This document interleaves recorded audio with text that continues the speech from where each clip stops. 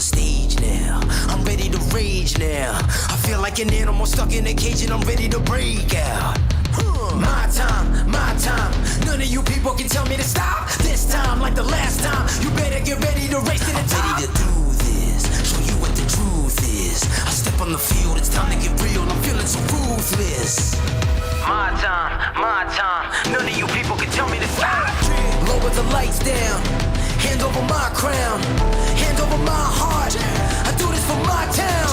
I do this for my crowd. So turn me up real loud. My time. None of you people can tell me to stop. Yeah. So what are you afraid of? Those feelings are made up. Get in the game, your moment of fame, show them what you made of. It's time that we stand up. It's time that we man up. For anyone asking who is the best, we putting our hands up. My time. Nothing can keep me from reaching the top. This time, like the last time, I'm moving so fast, I'm ready to ride. I'm ready to throw down. It's time for the showdown. I'm ready to rise. Don't be surprised, I'll take on the world now. My time. None of you people can tell me to stop. Lower the lights down. Hand over my crown. Hand over my heart. I do this for my town. I do this for my crowd. So turn me up real loud. My time. None of you people can tell me to stop. My time. None of you people can tell me to stop. My town, my crown. We know what it takes to be reaching the top. We're reaching the top. We're reaching the top. We know what it takes to be reaching the top. My time. None of you people can tell me to stop. My town, my crown. We know what it takes to be reaching the top. We're reaching the top. We're reaching the top. We know what it takes to be reaching the top. Lower the lights down. Hand over my crown. Hand over my heart. I do this for my town. I do this for my crowd.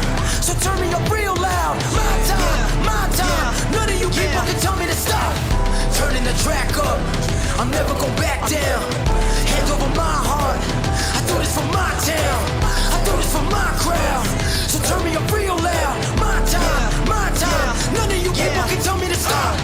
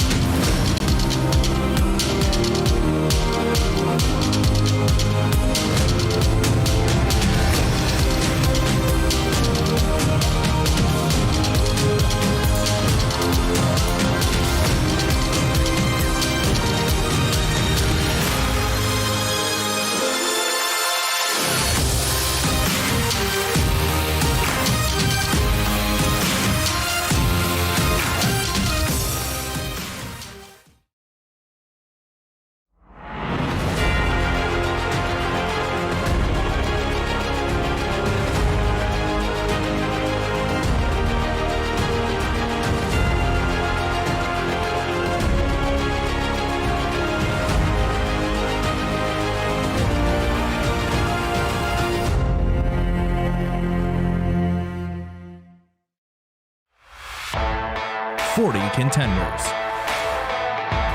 7 rounds. The road to the Coke Series ends here.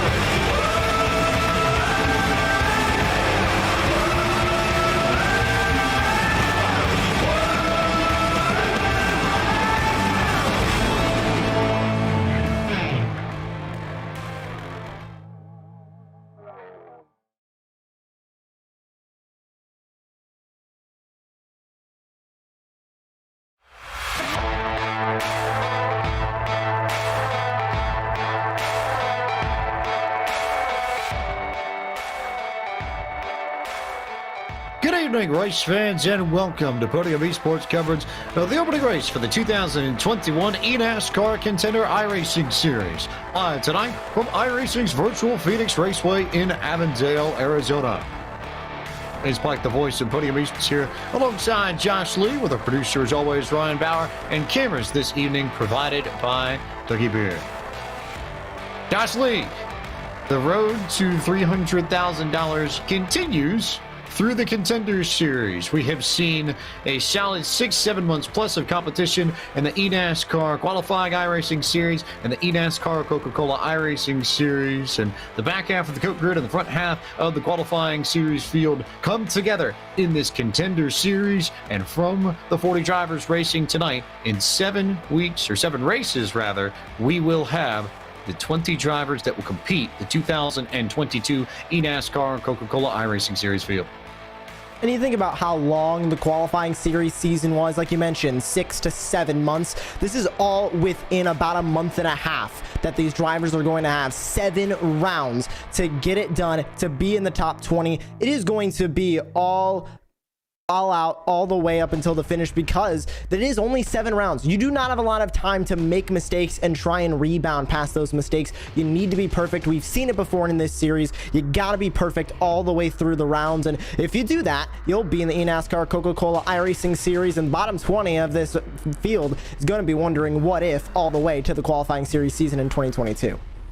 You have to go through the slug of the qualifying series just to get back to the Coke Series, but that's where we stand. Justin Prince, we had 17 drivers from the Coke Series, 23 from the qualifying series, a few folks electing not to compete in this Contender Series. But regardless of the proportions of the math, we end up with 40 drivers from both series to bring us to this point where, as Josh said, instead of 18, 20 races you find at the Coke Series side and the 16 races we had on the qualifying series side, it is a mere 7 that you have to state your case, race your way in, and post the finishes and the points that may carry you to the Coke Series next year.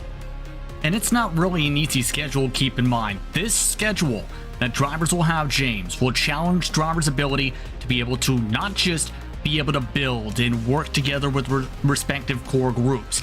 It's also going to test their abilities at a magnitude of different racetracks, from bigger ovals to short track racing, all the way to the mile-and-a-halves.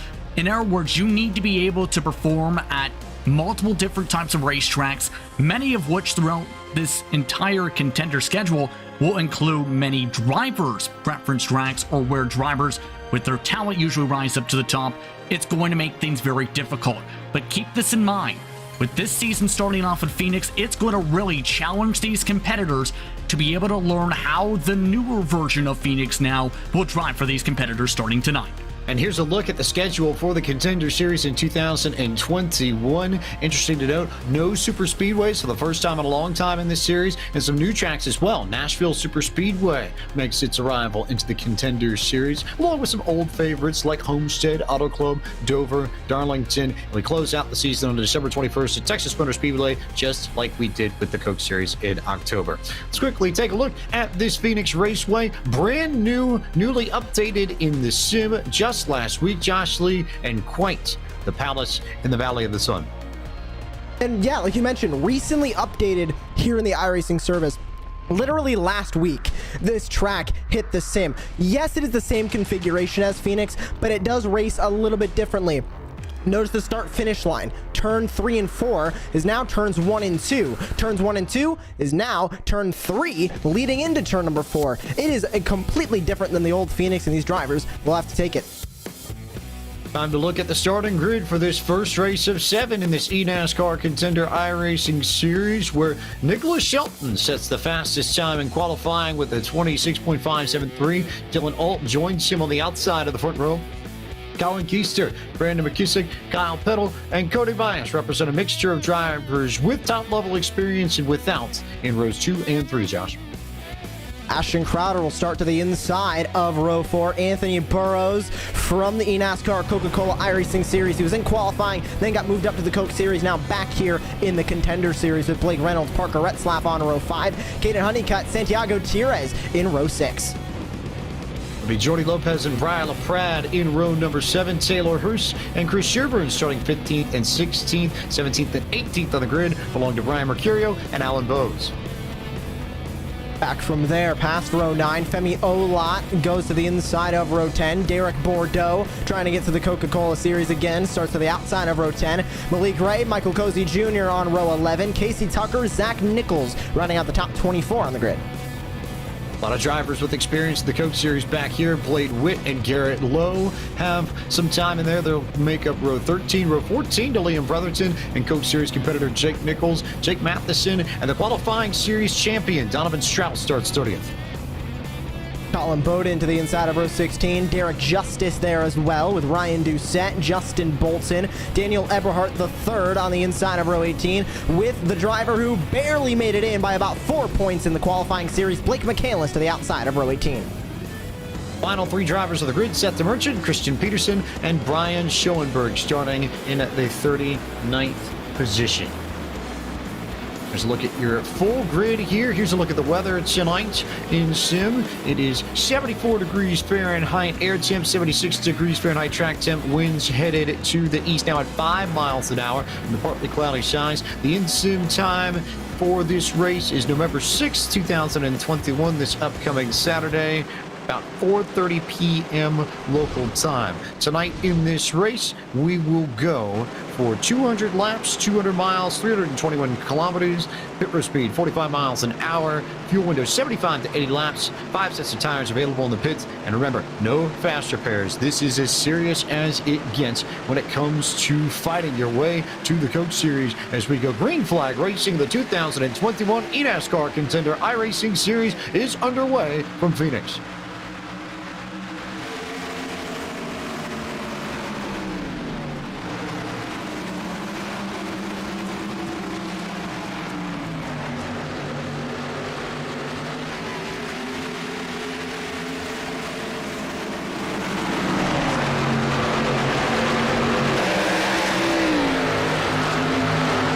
Nicholas Shelton leading the first lap in high-level competition at the all-new Phoenix Raceway. Before we talk about the racing action, good battle there for second between Dylan Alt and Colin Keister. But what a marvelous job the iRacing team has done with recreating this brand-new Phoenix Raceway that was reconfigured in real life in 2018 and now finally gets the update in iRacing as well. It looks spectacular, Josh, to say the least. And great to see these drivers racing on it. Of course, we finished out the qualifying series season at the Old Phoenix. Caution flag already gonna fly as it looks like an issue towards the back of the field. I believe Blade Witt ending up in the wall, the number 7 machine in the wall, turn 4. And we'll see what happened to Blade Witt, one of the drivers relegated from the eNASCAR Coca-Cola iRacing Series. James, not the way he wanted to start his Contender iRacing Series season. Contact with Donovan Strauss from Space Station Gaming over in 3 and 4 sends Witt into the fence, and he becomes our first casualty of this very young Contender Series season. And the track position, I think, is going to be the biggest thing. Blade started in 25th, and all of a sudden, he's now down about 14 positions back to 39th on the grid, so he'll have work to make up. And even though it is possible to make passes on restarts here at Phoenix, it still races like a short track, and I think to that end, there's still the danger that you may get caught up in something, especially if you're in the middle of the field. So having to charge back through it at any point, I think, is at least not ideal.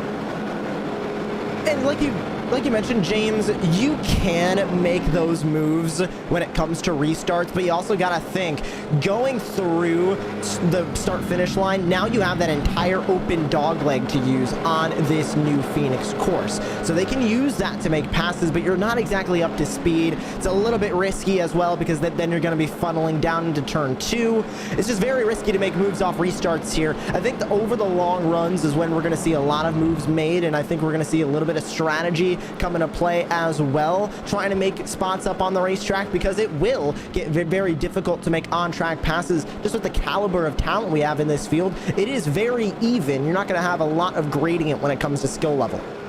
Justin Prince, any word from the teams down on pit road early on in this race?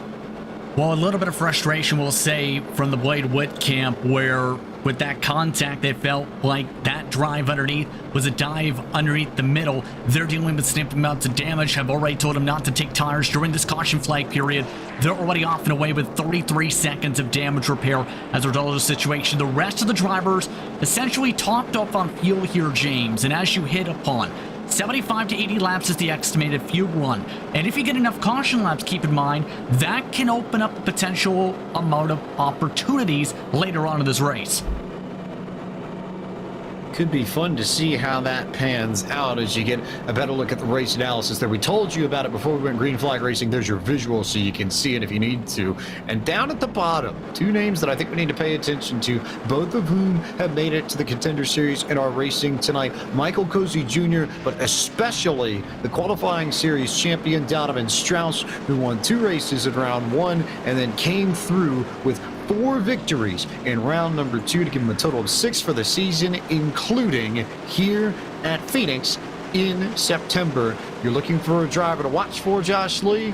Have to believe Donovan Strauss is near the top of the list, if not outright at the very top. Oh, he'd be on the top of my list, especially because of the qualifying series season he had. Not just the win at Phoenix, but leading up to that, a lot of the most difficult racetracks on the circuit, Donovan Strauss managed to be successful at in those trucks. Expecting a lot of the same from these Xfinity cars as we get ready to go back to racing on lap 7. Nicholas Shelton takes off. We're back underway, and the battle immediately turns to P2, where Dylan Ault and Colin Keister are trying to sort that out and figure out who wants to be the first man to try and chase after Shelton going into 1 and 2. As they race through now the new turn 2 onto the back straightaway here at Phoenix. Looks like a couple of guys trying to make some moves to the inside, as they still go too wide, but they're going to start to get single file here, James, expecting that as they want to try and get into a long run. You think about a lot of these drivers, most of them are really planning for the long run. They have long run setups in these cars, so they are really trying to make those cars last, make the setups last for an entire race. These short runs might not help a lot of these drivers, but we've seen before, long runs can help certain drivers really make their way right back up to the front. Lots of battling towards the middle of the pack as you get a good look off of the nose of Anthony Burroughs' machine and the number 62 car. He's fighting for some real estate in the top 5. Ashton Crowder just ahead of him in that 5th spot as it stands. But everybody amongst the top 5 single file, and they've stretched it out a little bit. You have to go all the way back to Jordy Lopez Jr. in 13th and Santiago Tiras in 14th. That's your first side-by-side battle for the moment. And we go on board with Jordy Lopez Jr., and you can see him using up a lot of that dog leg, just able to get by Santiago Tiras. Now going to set his eyes on Briar LaPrade. The dive to the inside from Michael Cozy Jr. Looks to me, James, like in turn 2 specifically right now, a lot of the drivers have been electing to run about middle of the racetrack as opposed to down on the bottom. We used to see drivers try and really cut that corner on the old Phoenix. Now it looks like they're kind of preferring that middle to outside line. Interested to see how that is going to develop over the race, because as they go side by side again, LaPrade chooses the outside line, leaves the inside open for the 2 of Jordy Lopez Jr. to try and work his way around. It's an interesting point you bring up, because when they reconfigured Phoenix, they didn't actually change racetrack besides reorienting pit road. But all the banking, all the corners, all the aprons, everything is as it was when they repaved this track in advance of the 2011 fall race weekend. The only thing that's different in that sense is that the start-finish line is over in the middle of what was the exit of Turn 2. So, with that repositioning of the start-finish line, do you think that might explain why drivers are attacking that corner differently as we get a look at Ashton Crowder? It could be, but I think maybe a handful of these drivers might also be trying to save a little bit of tires. They might run that outside line so the tires aren't getting chewed up as quickly as they would be on the inside line. We've seen that before at a handful of tracks. Of course, this is the first time a lot of these drivers will run a full race here at the new Phoenix Raceway, so not exactly sure if it's going to chew up those tires as quickly as other racetracks, but who knows? We could see a lot of the drivers really be having tires be chewed up, so they're trying to run that outside line to mitigate that. So we go on board with Blake McCandless. He's looking to run the inside line right now, trying to work his way back up through the field. Did not have a good qualifying effort. Looks like he's fallen 3 positions back from there in that fast number 15. And Blake McCandless, we've usually seen him up at the front, and especially at tracks like this, the low downforce, high horsepower package tends to be one that suits him well. So this is the kind of track that should play into his wheelhouse. He had a top 5 finish in the final race of the qualifying series to get into this Contender series. But if the package plays in your wheelhouse and you're still struggling for pace as he is right now, I think that in and of itself is a testament to just how quick the drivers in this field are, because this is the very best of the best, not already locked into next year's Coach Series, which would be the top 20 in points from the 2021 season.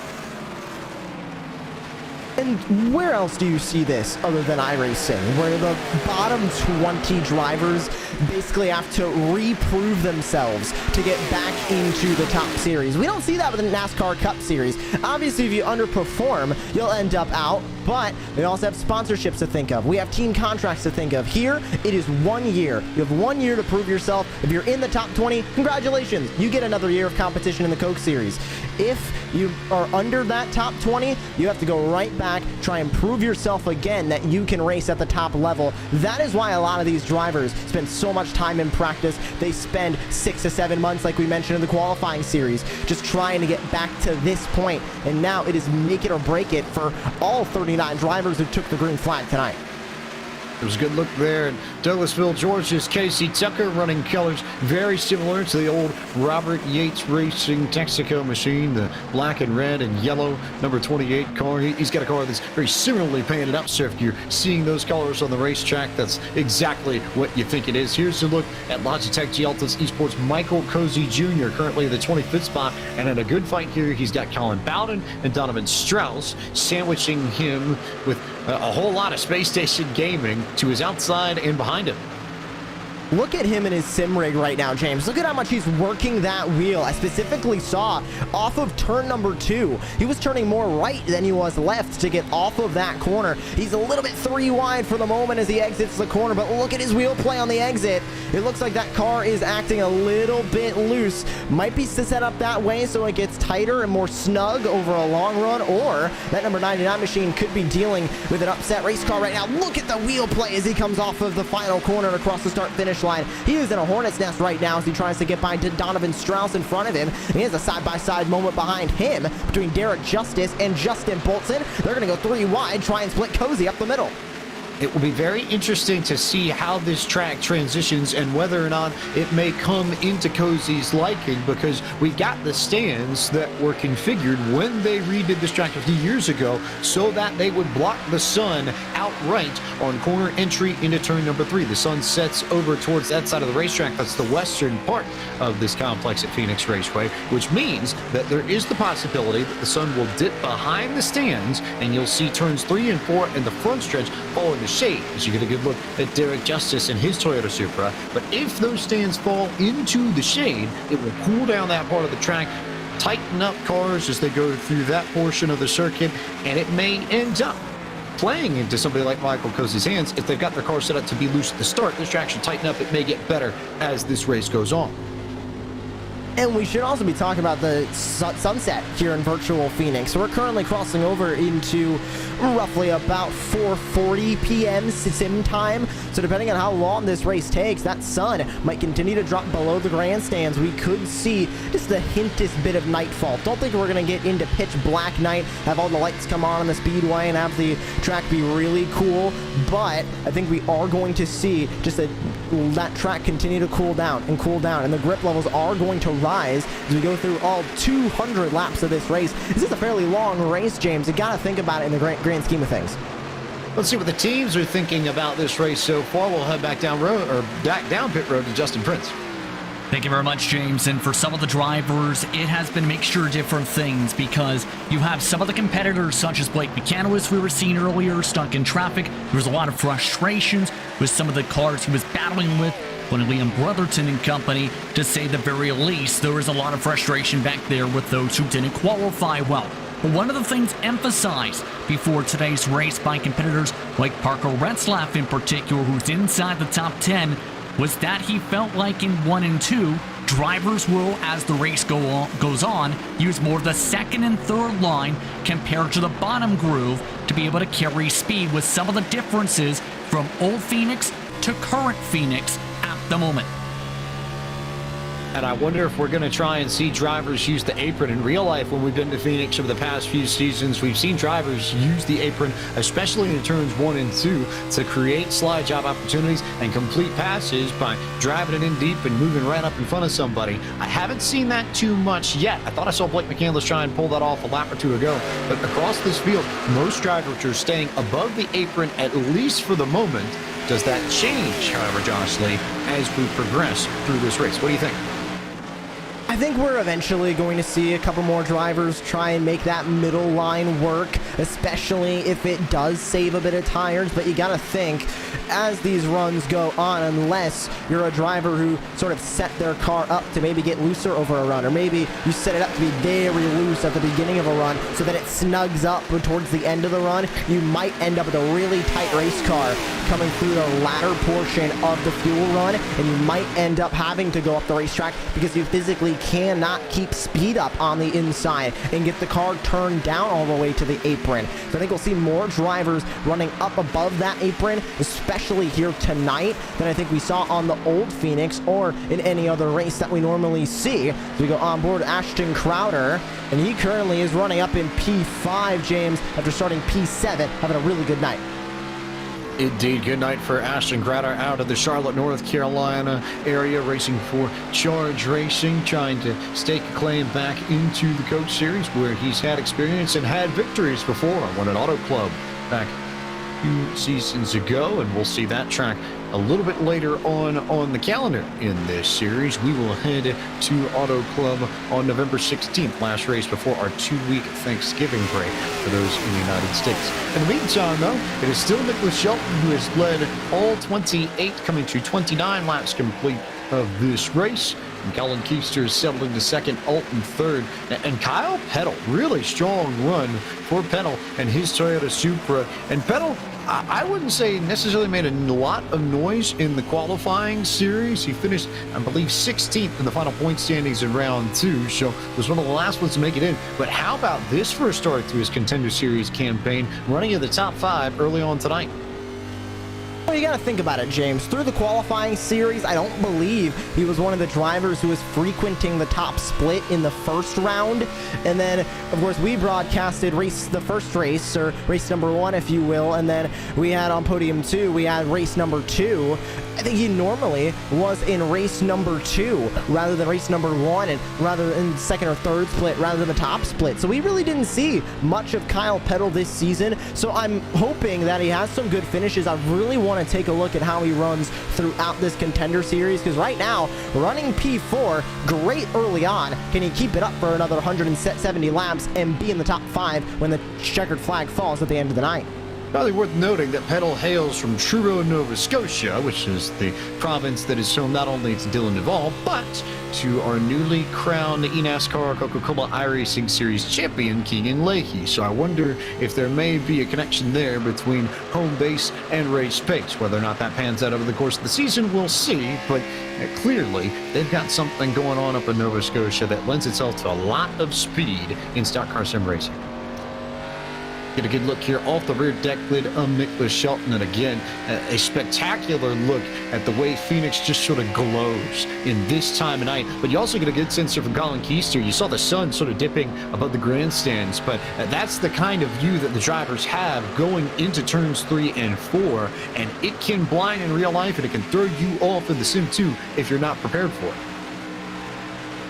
It acts a lot like real life. Obviously, we talk about the Southern 500, the Coca-Cola 600, being those races that really go from mid-afternoon to night, where it goes from sun out to sundown.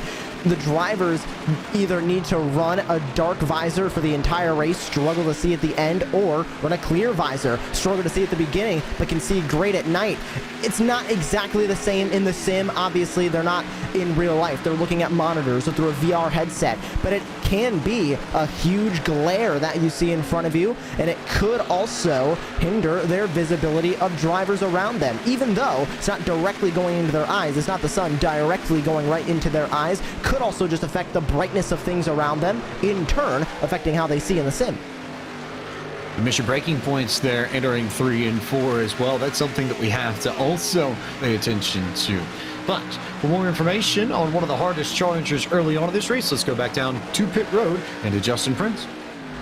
And we hit upon this a little bit when it came to Blake McCandless and his charge for the pack just a few moments ago. He is now feeling like he's got a fast setup on top of things. And keep in mind, one of the main things he emphasized just moments ago was that one of the lessons he's learned is to not mess up in qualifying. In qualifying, he had several mistakes, and that cost him a lot of track position. He said this will be a big lesson for that in the future. Another thing to keep in mind, one of the other biggest movers of the race, Donovan Strauss, has been told that running towards the bottom line has been helping him a little bit more by his respective crew. He's up 7 positions after having to come down and get a quick top off after being involved in the first caution flag of the race earlier, James. That is a dangerous, dangerous driver that you do not want to hold up. And this is a continuing chapter in the saga of Donovan Strauss's redemption arc. We talked about it a lot during our coverage of the eNASCAR qualifying iRacing series, how Donovan Strauss made it to the Contender Series a year ago and quite simply did not perform well at all. He was near the very bottom of the point standings at the end of last year's Contender Series and came back with a lot of focus, as you get a good look at Nexus Esports' Ryan Doucette. But Donovan Strauss came back with a new focus, different perspective, dominated the qualifying series, and so now the question becomes, for all the speed that he had in the qualifying series, does that translate to the Contender Series, and can Donovan Strauss find his way into the Coke Series for 2022? I think he can, and keeping that momentum, obviously winning the qualifying series point standings, he was at the top when we ended the qualifying series, is going to help him, but you gotta think, 2 completely different cars. We talk about the trucks, a lot more downforce, a little bit slower, a little less horsepower. They race completely different than these Xfinity cars that go much faster, that have very little downforce with the basically non-existent spoiler on the back of these machines.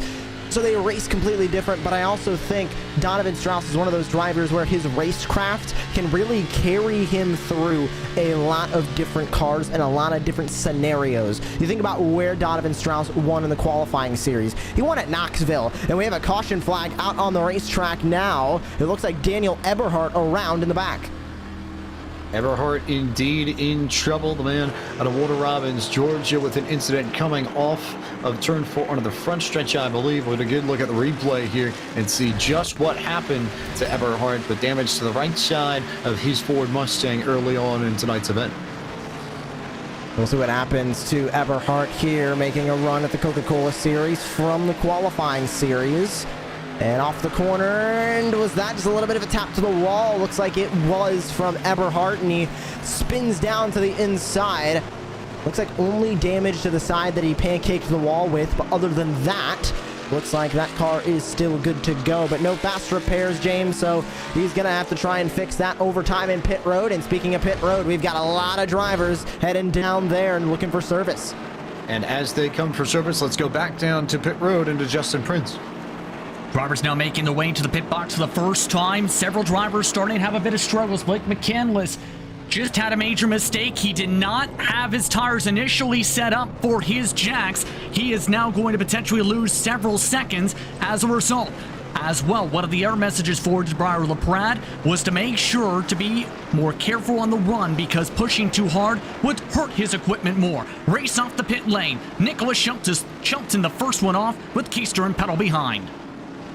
Kyle Pettit will pick up a spot on Dylan Alt, but not much change amongst the top drivers in this race. Brandon McKissick also going to lose some spots. He'll go from 5th to 9th, but solid work otherwise for most of the drivers in the top 10. And this is a track where if you've got speed, you can maintain consistent laps. It becomes very difficult once you hit the top 10 to make passes on someone. You have to be significantly faster than the drivers ahead of you in order to get a run anyway here at Phoenix and complete the pass on someone.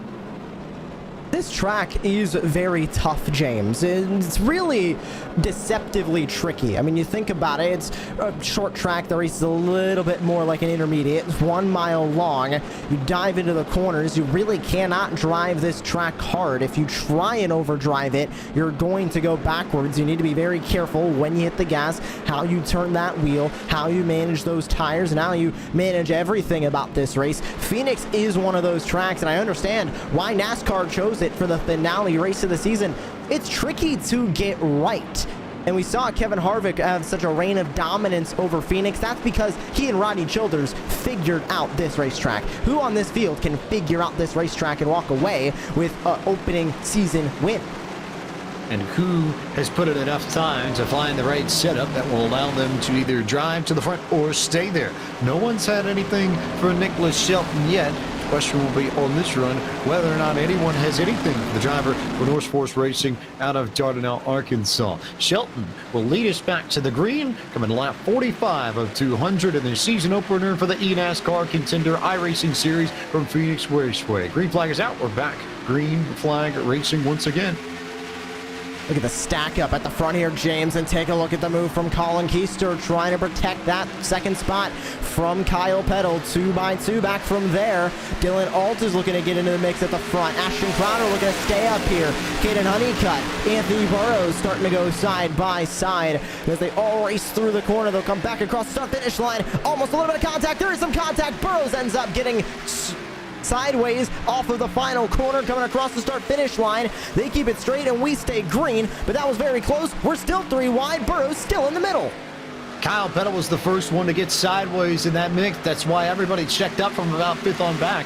Parker Retzlaff is the big winner of that. He jumps all the way up to 3rd from a little bit deeper in this field. And now they are single file until you get to Blake Reynolds, to Anthony Burrows, and to Taylor Hurst on his outside as there's contact between Hurst and Burrows across the start-finish line. Look at the stack up here, still 3 wide. This time, Santiago Tierra in the middle. Jordy Lopez Jr. joins him in the middle. Looking like Daytona or Talladega here, James. Take a look. They are 3 wide, multiple rows deep down the front straightaway. And would you believe it? We're at the Phoenix Raceway. We're not at a restrictor plate track. We're at a short track, and these guys are trying to go 3 wide. Goes to show how important every position is on the racetrack, and how gaining positions early is going to help a lot of these drivers in the long run. They're still mixing it up. Santiago Tierras is still 3 wide. Alan Bowes to the inside. Taylor Hurst to the outside. Tierras trying to make it back to the Coach Series. Hurst trying to maintain his spot in the Coach Series, as is Alan Bowes. And then there's a challenge just a little bit further back from Jordy Lopez, who's trying to break into the Coach Series for the first time. But really good battles here. This is all around the 15th position. Here's a good look at Dylan Alt, who was right in the thick of this and has since been able to drive just off the front of this mess and go single file, try and chase down Briar LaPrade for what would be the 7th position. A great onboard with Dylan Alt as he tries to work his way a little bit further up through the field, currently sitting in P8, wants to lead, wants to be at the front, trying to get up there. One of the stars of the qualifying series, one of the drivers who came in, we didn't really expect much from Dylan Alt when he came through the qualifying series, and now look at him in the Contender series. Interested to see what he's going to do over the 7 rounds of this campaign. And as we continue to race on, Nicholas Shelton, what a showing from him early on in this race to lead every single lap so far, continuing to try and do that as we put a fourth of the race behind us.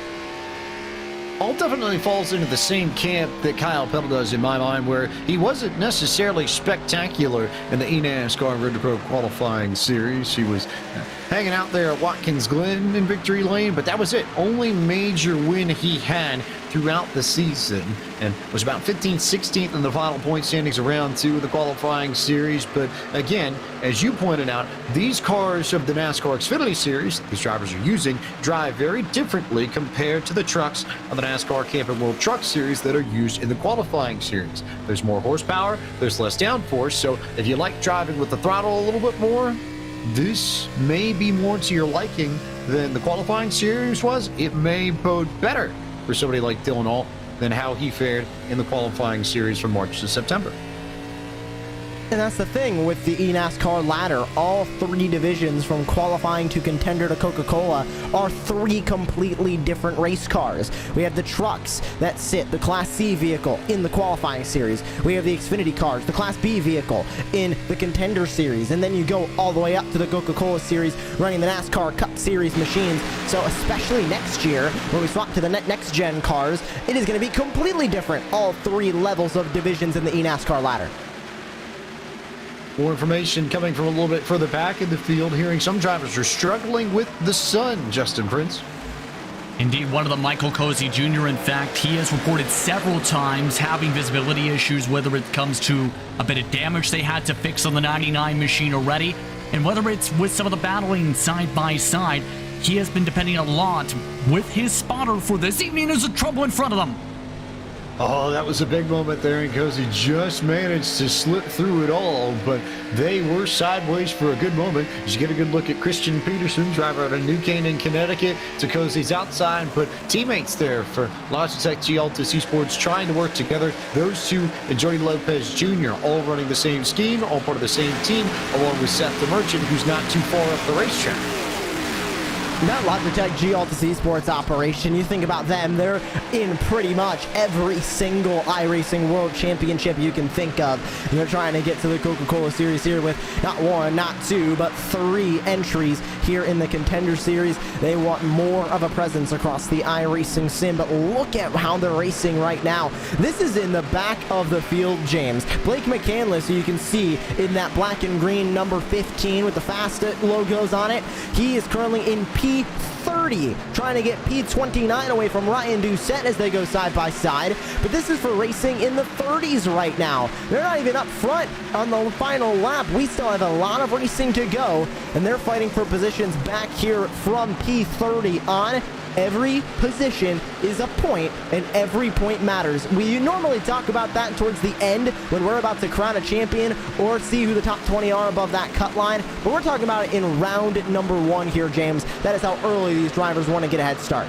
If ever there is someone who knows the value of every point mattering, Blake McCandless is that person, because remember, you think back to the end of the qualifying series, with 1 lap to go in his race, he was on the outside looking in, and it was contact with Justin Bolton that slid Bolton up the racetrack out of the way and allowed McCandless to automatically qualify as one of the top 20 finishers in points. So I think he's got a pretty good sense of just how much he's going to need to push, because even if you don't get a great finish here in Phoenix, any little point may end up making the difference in the end. We've seen margins be thin in this series before, and I have a feeling that this season is going to be no exception. On board with Malik Ray, another one of those drivers trying to get back to the Coca-Cola Series. Remember him last season in the Contender Series. He won the opening race. Obviously, that was at the Daytona International Speedway. Now it's here at the Phoenix Raceway. 2 very different tracks, but if Malik Ray can get back on the Contender Series this season off on the same foot that he started the previous one, he's going to be in for a good season. But unfortunately right now, 37th place. Don't think that's exactly where Malik Ray wants to be running on the racetrack. So we go on board with the 35 of Briar LaPrade. Everybody very proud of him through the qualifying series in his brigade, and already a great start to the Contender Series. He runs in a solid P7 on the racetrack. Talked about how emotional he was when he came into the Contender Series and qualified out of the qualifying series. I'm expecting a lot more waterworks, James, if he gets in the Coca-Cola Series at the end of this 7 rounds. We can expand a little bit more on both Malik and Briar. In Malik's case, you brought up the point that he won the season opening race at Daytona 1 year ago. The big difference from this season compared to last season, though, no restrictor plate tracks. And that, I have to believe, hurts Malik Ray's case, because most people who have followed along Malik in his sim racing career know and understand that Malik's strength, more than anywhere else, is racing on those plate tracks. He won't have the opportunity to get a good finish at a Daytona or a Talladega in this series. It's going to be all about how he manages to drive on the short tracks and the mile and a half, and can he find enough strength and speed to compete at those tracks the same way he does at Daytona and Talladega? That's a very, very, very big question he will have to answer in this series. As for Briar LaPrade, this, I think, has been an opportunity a long time coming. You talked about how big the victory was for him at Homestead Miami Speedway, and the qualifying series back in July meant a ton to him. The biggest win of his sim racing career up to that point, he said, when we talked to him in his post-race interview. But again, hasn't really had the chance to compete at this kind of level. So can Patriot Briar raise his game, be consistent, and get enough help in order to get to the Coke Series? The good news for Briar is that he's got a lot of really, really strong support from his teammates at Lockdown Racing. You've got 2019 Coca-Cola Series champion Zach Novak that is part of that group. Jimmy Mullis, perennial playoff contender, is there. Anthony Alfredo, NASCAR Cup Series driver, is also part. And also, so much help coming from Taylor Hirsch, too, who's also in this race. So he's got a teammate to work with as well. There are a lot of people ready to support Briar if he needs it. And to stay on Briar LaPrade, I've had the privilege of working with him when he's done a little bit of color commentary on Podium, and we've talked before and after broadcasts about the Contender Series, and he's coming in with a good bit of confidence. Obviously not going in over his head. He knows he needs to perform, and that the Lockdown Racing number 35 needs to perform. But he knows that it is going to take a lot of work, but that he has the team behind him. He has all of his fans behind him. He's looking for a great run in the Contender Series, and if he gets a top 10 here, he's going to be off to the exact same great start that he was in the qualifying series, and he was able to carry so much momentum. You mentioned that win at Homestead Miami Speedway, a huge one for him and the 35 team and everybody at Lockdown Racing. He was just looking for consistency, because ultimately that's all it's going to take. A win is great, but we have no playoffs here in the Contender Series, so you're just looking for consistency and the maximum amount of points that you can get out of each race. Feels a little bit like a classic Matt Kenseth run up to this point, does it, for Briar? Just sitting around in the top 10, not necessarily trying to push to get to the lead, but showing pace, showing speed, consistently being near the front. You do that week in, week out, you push out top 10s week in, week out, you're probably going to end up in the Coke Series in 2022. Get a good look here at the 54 of Kyle Peddle and the 10 machine of Caden Honeycutt, who's got some real-world experience in racing, put together a stellar rookie campaign in the Solid Rock Carriers Cars Tour, and came home runner-up in the late model class 2. Now 3-time champion Bobby McCarty, and has experience in the sim and real life, combining the two. He and Parker Retzlaff, who's got some ARCA starts, are two of the foremost drivers in sim racing who can translate their speed, whether or not it's behind a real life stock car or behind their sim rig. And I would not be surprised if we see Honeycutt make some noise in this Contender Series as it progresses. Honeycutt was one of those drivers who, like we mentioned a little bit earlier, that sort of just lurked around in split 2, split 3. We didn't really see him much throughout the first round of the qualifying series.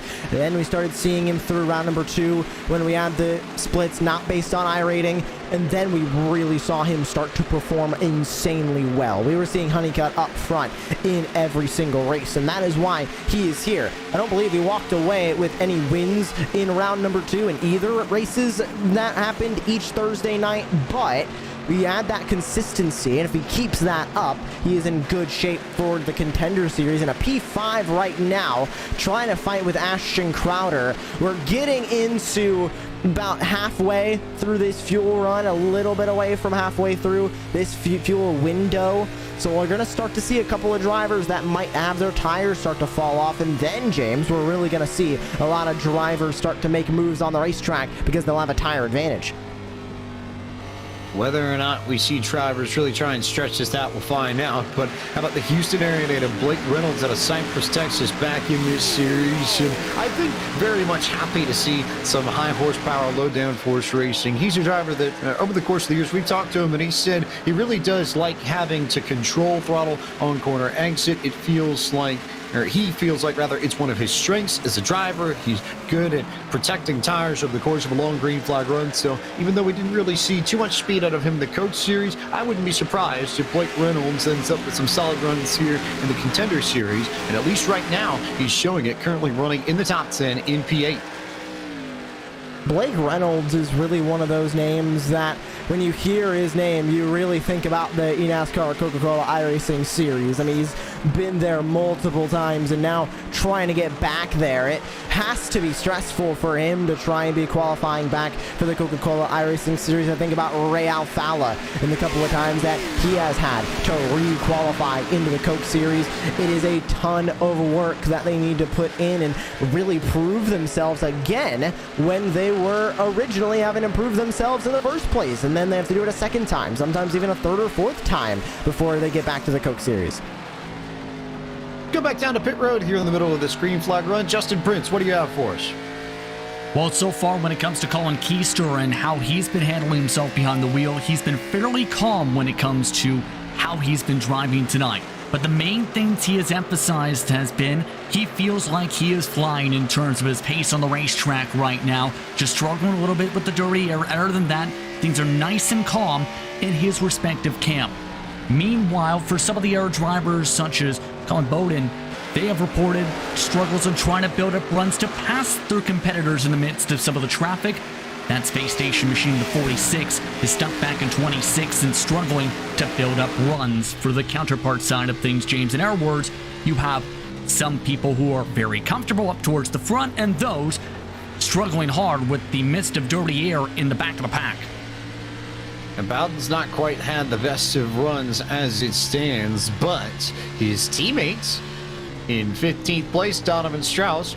Should we be too shocked here, Josh Lee, that the qualifying series champion also is the hardest charger of the race so far? He's up 15 spots from where he started when we dropped the green flag. I'm definitely not shocked. I don't know about you, James, but I was expecting Donovan Strauss to work his way right back up through the field. A 30th place starting spot. That was insanely surprising to me when I saw the starting grid. Donovan Strauss starting in P30, but now the Marietta, Georgia native up and into the top 15, and you can see his lap times compared to the race leader. Not too far off, only about 6 1,000ths of a second off of Nicholas Shelton at the front. Nicholas Shelton's fastest lap of 27.219, the fastest currently of the race. And you can see just how much he is trying to gain time to the race leader, Nicholas Shelton. He lost a bit last time by at a 28.402, but still trying to work his way back to the front. Really not that much between the top 20, honestly, in terms of lap times. You're either running a 28.3 or a 28.4 at this point. Ideally, you want to be in the 3 ballpark, but everybody's right there in that space where you're really being separated by maybe 1,500ths of a second, maybe 2,000ths of a second, 2/10 tops, if you're anywhere amongst the faster race cars in this field. So it's not a lot to separate the top of the field from the mid-pack.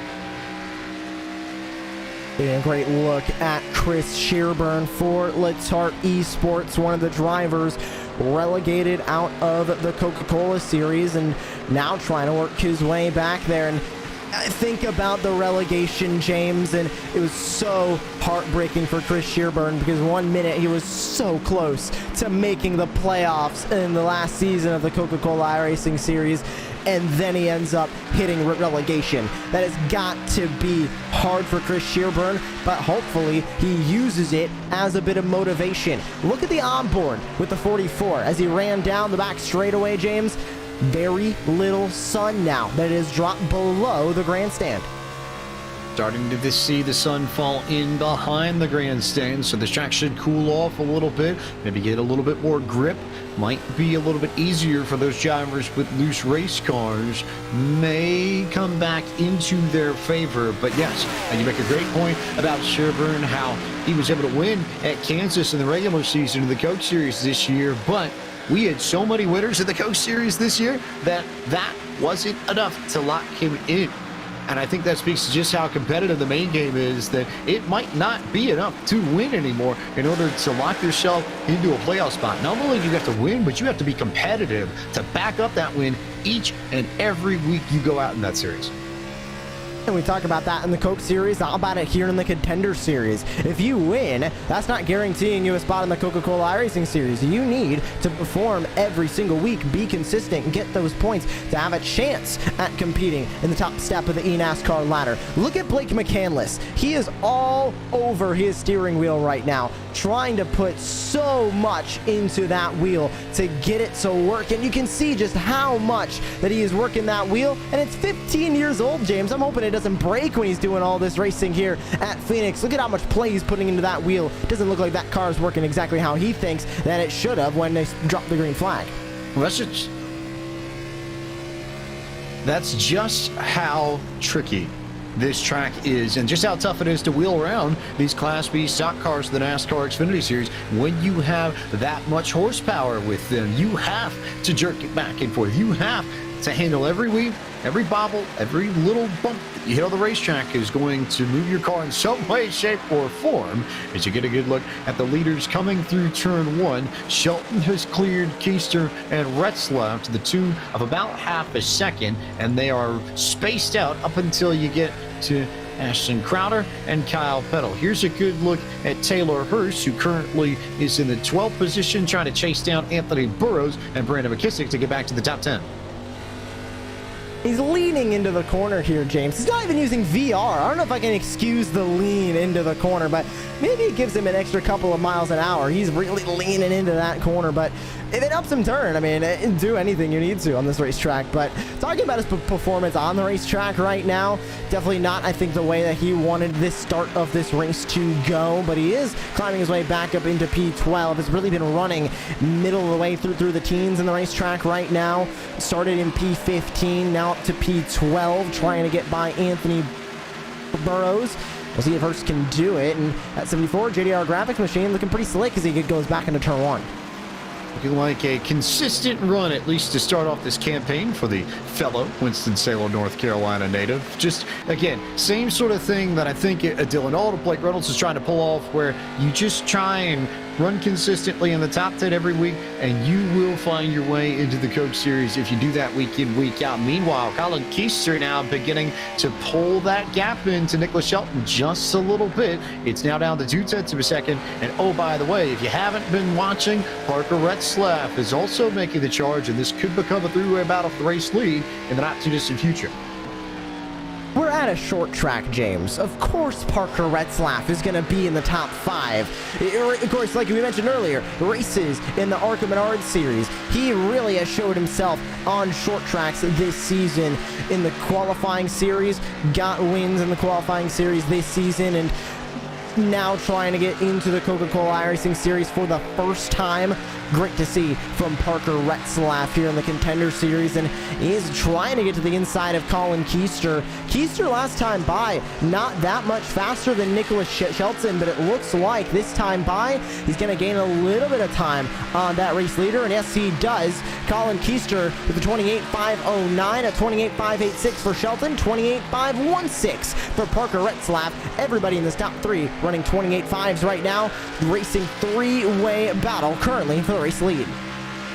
Retzlaff, who won in the qualifying series in round 1 to kick us off at Las Vegas Motor Speedway in the top split, and at Bristol in round number 2, also came away with 4 top 10s in the 2021 ARCA Menards East campaign at New Smyrna, Pensacola, Nashville, and Southern National Motorsports Park.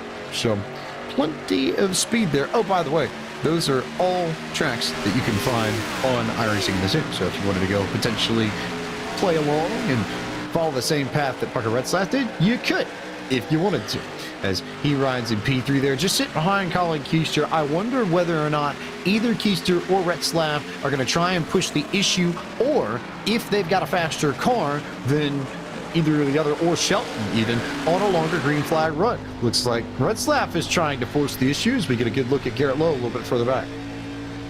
And of course, 50 laps since the last time these drivers hit pit road, and interested to hear from the teams what they're thinking of strategy. JP, sounds like you got a little bit of something on that.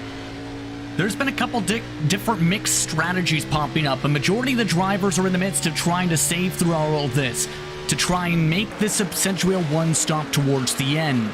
Some are saying they could be as close as about a lap or 2 short of making that mark. But others, keep in mind too, Liam Brotherton, Brian Mercurio are banking on the 2-stop. Both drivers have been told to focus on their own pace and try and save fuel in their respective camps. So keep that in mind as this run continues. Could end up with a little bit of fuel mileage towards the end of this. We'll see how it pans out exactly as they clear the lap traffic of Daniel Eberhardt, who has just not had a good day at all. He'll look to try and regroup at Homestead, Miami in 1 week's time. Also worth noting here, look at that car in P4 just at the end of this train. Caden Honeycutt has reeled in this group, and this is about to become a 4-car train for the top spot on the racetrack in the not too distant future. Take a look at this battle for the race lead. Keister trying to look to the inside. We might have a 4th driver joining this fray as well, as here comes Caden Honeycutt. What can he add to the battle at the front? 28.527, the fastest of the top 4 last time by for Honeycutt. Let's see how that changes this time by. That time by Parker Retzlaff was the fastest of the top 4 at a 28.462. Closest to him, 28.471, as Retzlaff goes to the inside of Colin Keister. They're side by side down the back straightaway here, James. If he has the nose to the inside in turn 3, Retzlaff might be able to make the move happen, and he is there door to door.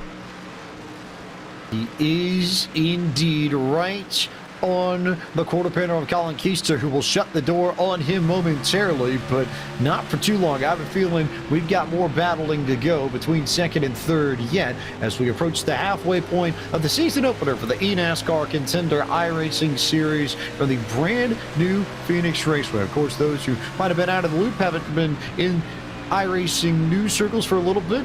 Phoenix got its sim upgrade and renovation to current spec just last week. The updated Phoenix Raceway was introduced at the end of October into the sim, and this is the very first major race at the new Phoenix Raceway that we are seeing on any of iRacing's channels. A lot of fun to debut this in the Contender Series, where we really are getting a good sense of just how this track is beginning to darken. Lights have come on across the circuit, and Nicholas Shelton will begin lap 100 when he crosses the stripe, but we really are going to see the track start to cool down. Remember, it was about 74 degrees per se when we got going. It's up to 81 now. I have to believe, though, that's going to drop as this race carries on into the second half. Yeah, the sun going down now, and we can see it just barely peeking through the middle concourse of the grandstand. It is going to get fairly cooler on the racetrack, and I'm wondering if any of these teams are going to end up making any adjustments under this green flag pit stop to try and get their cars to work just a little bit better than they were under the daytime. Now that we're going into the night, cars will start to change how they're handling. It is now time, as we have crossed the halfway point of tonight's race, for our first iRacing Midway race break of this 2021 eNASCAR Contender iRacing Series. And as always, it's brought to you by iRacing, the world's premier online racing game. iRacing puts you in the driver's seat to experience today's newest form of competitive motorsport, virtual racing, all from your home PC. Race virtually in Australian supercars, IndyCar, IMSA, NASCAR, the world of outlaws, and more. Nicholas Shelton is your race leader after 101 laps complete of 200 at the virtual Phoenix Raceway. Colin Keister holds the second position at the moment. Third belongs to Parker Retzlaff. Caden Honeycutt holds the fourth spot. Fifth is where you'll find Ashton Crowder. Blake Reynolds runs sixth in the number 66 machine. Seventh belongs to Kyle Petter. Manchester, Tennessee's Brian LaPrade runs in eighth. Ninth is where you'll find Brandon McKissick. And 10th, Josh Lee, belongs to the 40 car of Dylan Alt. 51, Donovan Strauss begins the teens here in the number 11. Anthony Burrows will be in P12. Garrett Lowe sits P13. Taylor Hurst P14, with Jordy Lopez Jr. currently sitting in P15. Back from there, Santiago Gutierrez 16th. Cody Bias in 17th. Femi Ola 18th. Derek Bordeaux 19th. Jake Nichols in P20. And James, they're battling for P21. They are battling for P21 as it stands. It's Jake Matheson who holds that spot. Alan Bose in 22nd. 23rd belongs to Justin Bolton, and Chris Shearburn holds 24th. Colin Bowden rides in the 25th position. 26th belongs to Blake McCandless. Michael Cozy Jr. runs in the 27th spot. 28th is where Zach Nichols currently races. Seth DeMerchant is running in the 29th position. 30th belongs to Malik Ray. Through the end of the field, 39 drivers taking the green flag tonight. Kurt Christian Peterson currently sits P31 with Derek Justice 32nd, Casey Tucker 33rd, Ryan Doucette 34th, Brian Schoenberg 35th with Blade Witt 36th, Daniel Eberhardt, Brian Mercurio, and Liam Brotherton round out the 39 drivers who started tonight's race. And that concludes tonight's iRacing Midway Race Break. With over 170,000 drivers on the service and over 90 laser scan tracks and cars to choose from, iRacing is your portal to the racing world. Get on track today at iRacing.com. No change amongst the top three in this field, but of note, creeping up towards lap 120, which would be, in theory, the end of the fuel window, but also would leave us with an 80-lap fuel run to make it to the end if we don't have a green-white checker. So, as Justin Prince alluded to in his most recent report from Pit Road, Josh Lee, we might be looking at a fuel mileage race, and I will be very curious to see who makes it the longest on this run, because the last person to come down Pit Road may end up being one of the few, if only, that might have an opportunity to bring this all the way home on one more stop.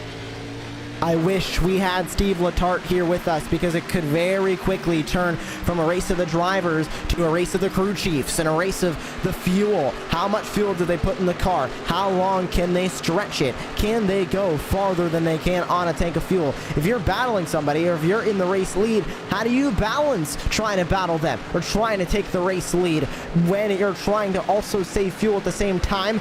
A lot of drama could be coming up in the last half of this eNASCAR Contender iRacing series. Definitely strap yourselves into the virtual seat and stick with us, because this is only going to get more exciting and more dramatic over the next 92 laps. It will. Let's go back down to Justin Prince for an update on the fuel numbers from some of these drivers.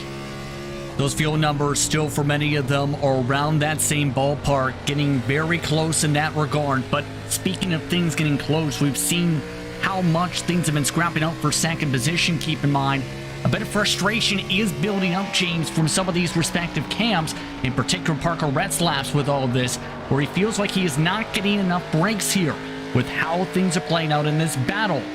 Right now, he's been told by his crew chief for tonight, Retzlaff in particular, to think big picture and to remember this down the line, to say the very least, James. So implications coming in a little bit there for future races possibly. I know that he wasn't necessarily happy with the way that Colin Keister was racing him earlier in the going. We'll see whether or not that factors into things at the end of tonight's race. But everybody looking for a pit stop probably within the next 10 laps here. Of note, though, at the very back of this field, Brian Mercurio and Liam Brotherton came down about 30 laps ago. So we imagine they are going to try and run a little bit further and split this and get another pit stop out of this, which, if no one can stretch it on one stop, you have to imagine that those two are in really good shape, especially if this goes green flag the rest of the way, because they'll be able to pick up positions as everybody else gets their splash and dash. We're on Liam Brotherton right now, and you can see by his webcam how much he is putting play into that wheel, and he's currently trying to fight to hold on to a couple of positions, even though he is one lap down currently. For Brotherton, as he currently sits, he's one of those drivers that JP mentioned. Him and Mercurio pitted about 30 laps ago, 28 laps ago for Mercurio, 32 laps ago for Liam Brotherton. They're going for a two-stop strategy. If we do end up having a fuel mileage race, James, we could see a huge battle come to the end of the race with the drivers who are on two stops, and they might end up being in the catbird seat for a race win if we do end up having a fuel mileage race at the end. If not, I don't think that strategy is going to work particularly well for both Mercurio or Brotherton by the amount of time they are losing on the racetrack. Also of note here, it probably should give some props for Liam Brotherton's plant in the back of his shot. It's a very, very nice, healthy plant that he has growing behind him. Hopefully that thing gets to recuperate, I guess, in the winter light and bust into color once we get back into spring. But good work to Liam Brotherton for him and his green thumb there. A little bit better look back there. But yeah, Gardner, I guess we need to add to his title of many, many various things he's talented at, in addition to his painting skills, man behind Phoenix Designs as well, responsible for some of the paints you've seen maybe in your official race on iRacing, but currently running in 39th position for the moment, so work to be done. But again, if this goes green flag racing, probably going to play in his favor a little bit more. As for the battle at the front, unchanged for the moment, but we are waiting on pit stops momentarily. Should not be more than about 10-15 laps if you're really stretching it for this field to start coming in for service. And we're beginning to see a few folks start to think about it. Everybody just trying to prepare, figure out their strategy, figure out when they want to or when they have to come down pit road. As we get a good look at Moorpark, Park, California's Brian Schoenberg, who's back in this series again and seems to have found his way every so which way you can figure out to make it back into the Coke Series, when there were points, especially last year, we thought he might be out of it altogether, and then turned it on middle of the season, and back in the Coke Series he was for 2021, Josh. And if you got to take a look at Brian Schoenberg in his sim rig, you'll notice two things. The first thing is that he is basically right on top of his steering wheel. That is how he races. You can see him right there, left side of your screen, right up on that steering wheel, very close to his monitors, and he races like this. I don't know how he does it, but he's way better in the sim than me, so clearly I might have something to learn. And you can see how much play he's putting into that wheel too, but notice his face. Mustache, left over from Halloween, a Mario costume we heard earlier on. That mustache is left over from. I think it suits him pretty well. Yeah, no, it definitely does. Definitely does. Solid work there for Brian Schoenberg. I can imagine he'd probably make a pretty good Mario costume guy, I would think, at the end of the day. But can he drive as well as he can do the costume game? That's a big question he'll have to answer in the second half of this race, currently in the 36th position, and we're just waiting for stops and what the box times look like, what the lane times look like, and how everyone compares, because we may see a shuffling of the running order based upon how well or how poorly these pit stops end up going for people, Josh. And it's going to be interesting to see how this battle for the lead is also going to be broken up by those pit stops. Will they come out close to each other, or are we going to see a huge spread out battle for the race lead? Will we see somebody new complete an undercut or overcut and be at the front? Nicholas Shelton has commanded this race from the start. We're going to continue that as we have a couple of drivers making their way into the pit lane. Colin Bowden, Blade Witt are in for service with 80 to go. That is right on the cusp of the fuel window, JP, and I don't know if these drivers are going to be safe to the end on fuel just yet. We'll have to wait and find out. But as they come down for service, it is going to be very, very rough for these drivers now racing to the end, because they are right on the cusp of that fuel window. And JP, I don't think these drivers pitting now might be good to the end as Bolton and Peterson now come in. In fact, most of the leaders now coming on down and into the pit lane here for what will be tight for some of them. One driver having a bit of a slide in Caden Honeycutt.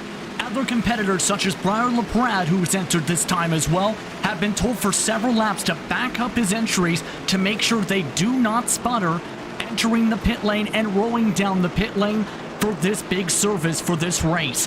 These drivers now rolling the way into the pit boxes. Now most of these camps have been calm throughout the night. LaPrade has been told to keep doing what he has been doing driving wise. Colin Keister, he's overran his pit stall. That will cost him a little bit of time as most of these drivers making their way to pit road. Ashton Crowder is also coming in this time by as well. He's had a call for several times for adjustments. He's been struggling with the turn on his respective chassis as the run has continued. Nicholas Shelton retains the lead after pit stops, but how about the stops from Parker Retzlaff and Caden Honeycutt to jump ahead of Colin Keister and take over what will be second and third if we cycle all the way out under the green flag. But Blake Reynolds leads. Brandon McKissick now in P2, and it looks like we're hearing McKissick is out of fuel as he comes into the pit lane. The 53 went just a little bit too far in that fuel window, James. He's coasting as he goes into the pit lane and into his service box. How does he pay for that, Justin Prince? Does it hurt him, or is he able to make it to the end because he ran it so far on this stop? Well, to answer that question, I don't think running it out of fuel to enter the pit lane and coasting their way in was part of the strategy call. McKissick was not happy, to say the very least, just a moment ago in the middle of the pit lane. So this running out of fuel call was not expected, I think, for them. The lap, maybe not. But this does hurt them strategy-wise, it looks like, for their camp. They've lost a ton of time, James. As a result of that, Blake Reynolds has also just came into the pit lane as well. And just about everybody stopping within a 5-lap window of one another. And the only two drivers who have not come down, two drivers that we talked about earlier on who made pit stops early and are going to add an extra pit stop to their routine compared to everybody else in the field. Brian Mercurio and Liam Brotherton, who now run in 1st and 6th for the moment. Mercurio clear of Nicholas Shelton by about a second and change, but that will come down. Shelton is, 1.2 seconds faster than Brian Mercurio that last time by the line. Remember, James, they pitted 43 laps ago for Mercurio, 47 laps ago for Liam Brotherton. So Shelton and everybody else in this field is going to be on much stronger tires right now. But interesting to note that both Mercurio and Brotherton still need to pit one more time during this race. Wondering when they go for it, and if on fresh tires they're going to have enough time, and if everybody else is going to be on worn enough tires that they can work their way back up through the field. Battle for the lead just went back to Nicholas Shelton, so he goes right on by Mercurio, already clear by 2.5 tenths. If the idea for Mercurio and Brotherton is to split this final stint of the race in two, you're looking at about 60 lap runs for each of them, which would bring them in somewhere in the ballpark of lap 140 to 145, just off my usually terrible math. But that would be the way to even it out, so you get the most out of run 1 and run 2. So could be intriguing to see how that pans out. I don't necessarily know if they're going to be in play for the win in this race, but that strategy, especially if we go green, could end up benefiting those two. They may get a really good finish just by coming in and pitting one extra time. And on board with Dylan Alt, who currently runs in P12. Definitely not the pit stop they needed, down 10 spots from where they started, but we'll see if he can climb his way back up through the field. I'm still interested to see how the run to the end on fuel is going to go, because we have drivers with pit laps about 10 laps ago for Colin Bowden and Blade Witt. They were the first two to start the trains into the pit lane. Christian Peterson was next. Jake Nichols, Derek Bordeaux, Jordy Lopez Jr., Femi Olot, all in that group. Add Parker Retzlaff, Kate Honeycutt to that group. Next time by was Nicholas Shelton, Colin Keister. It looks like the lowest stint we have right now, Blake Reynolds, who pitted 6 laps ago, as well as a couple of the drivers towards the back. Brandon Kissick being one of them, we saw coasting through the pit lane, pitted about 7 laps ago now. So they're on the freshest tires. How are they going to use a 3-lap tire difference to their advantage over this run? And how are they going to use a 3-lap fuel advantage to their advantage the rest of this run? Go back to Justin Prince for more information off of pit road after that most recent cycle of stops.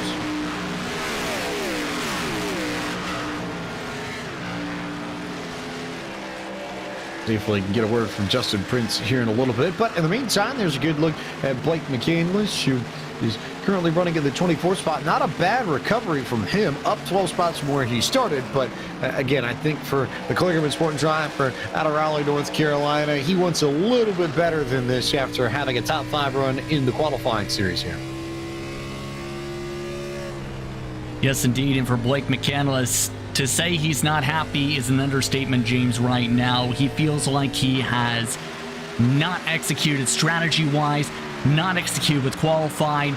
He has not been happy behind the wheel of that machine, to say the very least.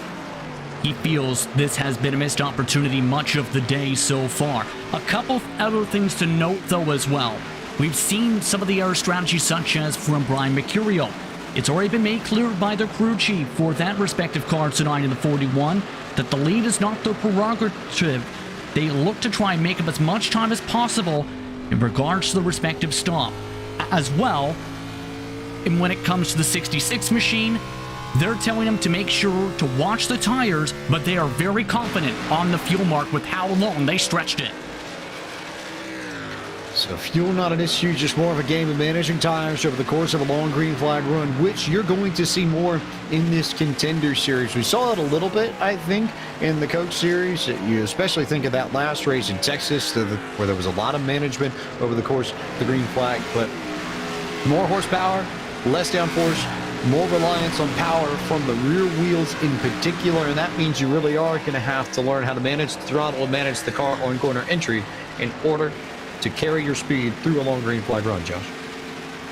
It looks like, James, this is the lap that Brian Mercurio decided to pit. He is in for service in the number 41. This will be his last pit stop of the race. Now going to run a 64-lap stint to the end. He's good on fuel, yes, but I don't think a 15-lap difference in tires is going to make too much of a difference, especially considering that we do have drivers who pitted in that last large rotation of green flag pit stops that are now good to the end on fuel. Yes, by a handful of laps, but they are good to the end on fuel. So this is not looking good for Mercurio and Brotherton, and I don't think they're going to make up too much time after being in the back. Mercurio is currently 38th, 1 lap down. Unless he gets a caution, he is not going to make that time up. Mercurio has presumably made his final pit stop. Brotherton, on the other hand, has not. He's currently in the middle of a nearly 60-lap stint, so he still will need to come down at some point in the next 20 laps to make his final run down pit road to set himself up for the end of this race. As it stands, though, completely strung out amongst the top 5 in the first proper battle pack. Go back to P6, you get a good look here at Briar LaPrade, Ashton Crowder, Garrett Lowe, and Donovan Strauss. That quartet racing for 6th through the 9th position, heading off into turn 1. LaPrade doing a great job commanding this line right now. Everybody's got some really fast drivers behind him. He's talking about the likes of Ashton Crowder, of course, driver from the eNASCAR Coca-Cola iRacing series. So you think about him, you think about the legacy that he's left in the Coca-Cola iRacing series, now relegated back to this series. LaPrade, having not been in the Coca-Cola series yet, having to hold off a driver who has been there, who has raced there. And Crowder is an insanely fast driver, especially here in the sim, looking to keep up and keep the pressure on Briar LaPrade right now. Garrett Lowe, Donovan Strauss sit in 8th and 9th back from this battle, but LaPrade and Crowder continuing to run 6th and 7th. There's a great look at all 4 drivers here in the battle for 6th place. Crowder's got the experience. LaPrade, I would argue, though, has the resources. Lockdown Racing is well known in the community as a team that manages to outperform the number of resources that they have. They are not the largest team by any stretch of the imagination in sim racing, but with the people that they have, they get more out of their personnel than just about anybody else in the iRacing garage. As we get a good look at Donovan Strauss, who is the hardest challenger in this race, but LaPrade and company may not have the manpower compared to some of the other teams, but they have the know-how. So I'd say that's a pretty good fight at the end of the day. Donovan Strauss, though, also part of a team with a lot of resources. Space Station Gaming coming into the Coach Series for 2021, and they have a program and a squad and plenty of drivers that you need to know about if you're paying attention to the community, even if they're not in the Coke Series. Raja Karuth is going to go Xfinity Series racing next year, part of that stable. Justin Knobloch, also part of that crew. Jacob Fisher in that ballpark. On board now with Caden Honeycutt, who we've mentioned him from the qualifying series being consistent. Now he's running in P3 here, first round of the Contender Series. Looking at the current top three here, James, obviously Nicholas Shelton unchanged from where he began the race. He's still in the lead, but you look at Parker Retzlaff, started P10, he's up 8 spots.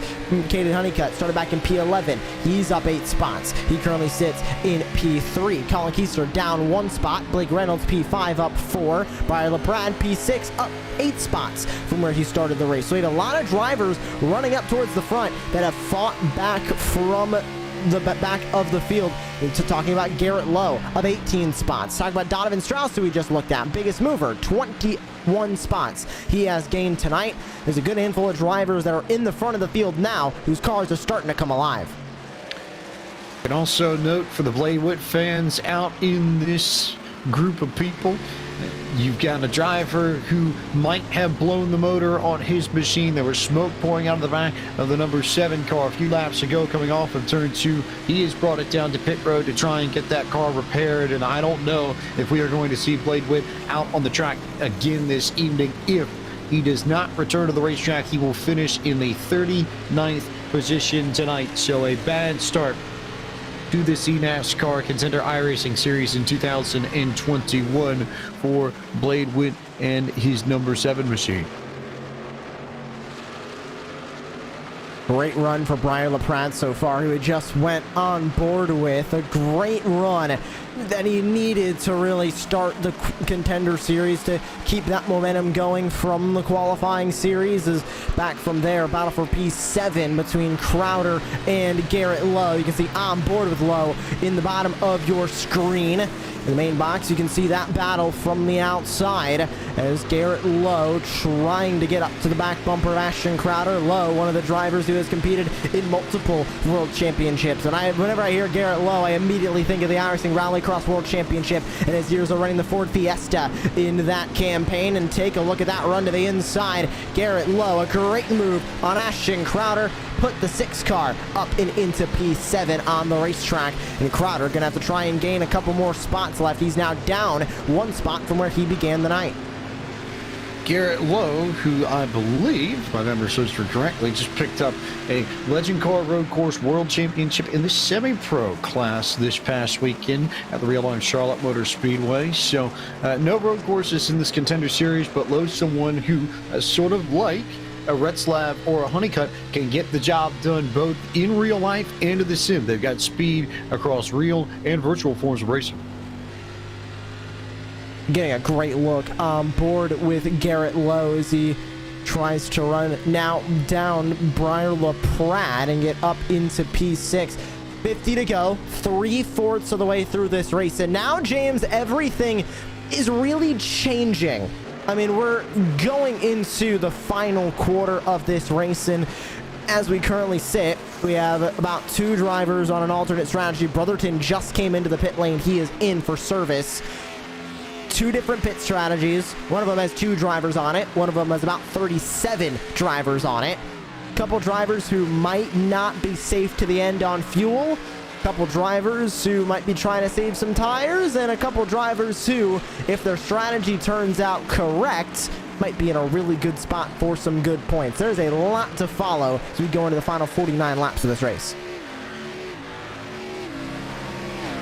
You look at Colin Keister, who's trying to rebound from the slowest pit stop amongst the top 4 drivers. As you see just up the racetrack, here's Caden Honeycutt beginning to try and fight Parker Retzlaff as the 2 real-world racers begin to fight for the 2nd position and try and figure out who wants to go chase down Nicholas Shelton just a few tenths up the road, as we are now within the final 50 laps of this opening race for the eNASCAR Contender iRacing Series. A great run from Honeycutt to start off this campaign. A great run from Nicholas Shelton. Don't think we were really expecting this strong of a run to start the season from Nicholas Shelton here, James. Obviously, we saw him the entire season here, and just a really great run from the qualifying series to now for Nicholas Shelton. Of course, trying to get back into the eNASCAR Coca-Cola iRacing Series. A great start for him tonight to do exactly what he needs to do to get back into the Coca-Cola Series. Obviously, one win isn't going to net him a spot, but he will have the most points out of anybody out of this race. That is ultimately going to help him through the next 6 rounds, assuming he can keep the momentum going. He can keep it rolling, and there may be a chance for him to get back into the Coke Series once again. He's got prior experience at the top level of eNASCAR. Would love to get another crack at it in 2022, when we will be racing the next-gen car for the first time. That'll be a big change compared to seasons past, and should offer a little bit of different racing than we've seen in the prior few seasons of the Coke Series with the Gen 6 car. Meanwhile, still Retzlaff in control of 2nd over Honeycutt. Those 2 have dusted Colin Keister, but Keister now has a battle on his hands because he's got Blake Reynolds to his inside, trying to take away the 4th spot. We go on board as this battle for 4th continues. Blake Reynolds going to the outside, and JP, you've got some information on Blake Reynolds as he goes through the last portion of this race. And funnily enough, as this has all gone on, he's actually been saving the tires. His crew has been very happy with how he's performed, with the pace he showcased, with him trying to keep the rear tires underneath his machine as well. They're saying his fuel mileage is getting better than the start of the run, currently in the 66. It's to the point where the conversations amongst him and his crew have gone in towards more of the fun topics. Keeping very loose behind the cockpit right now, and behind that wheel, James, is Blake Reynolds, now up to 4th.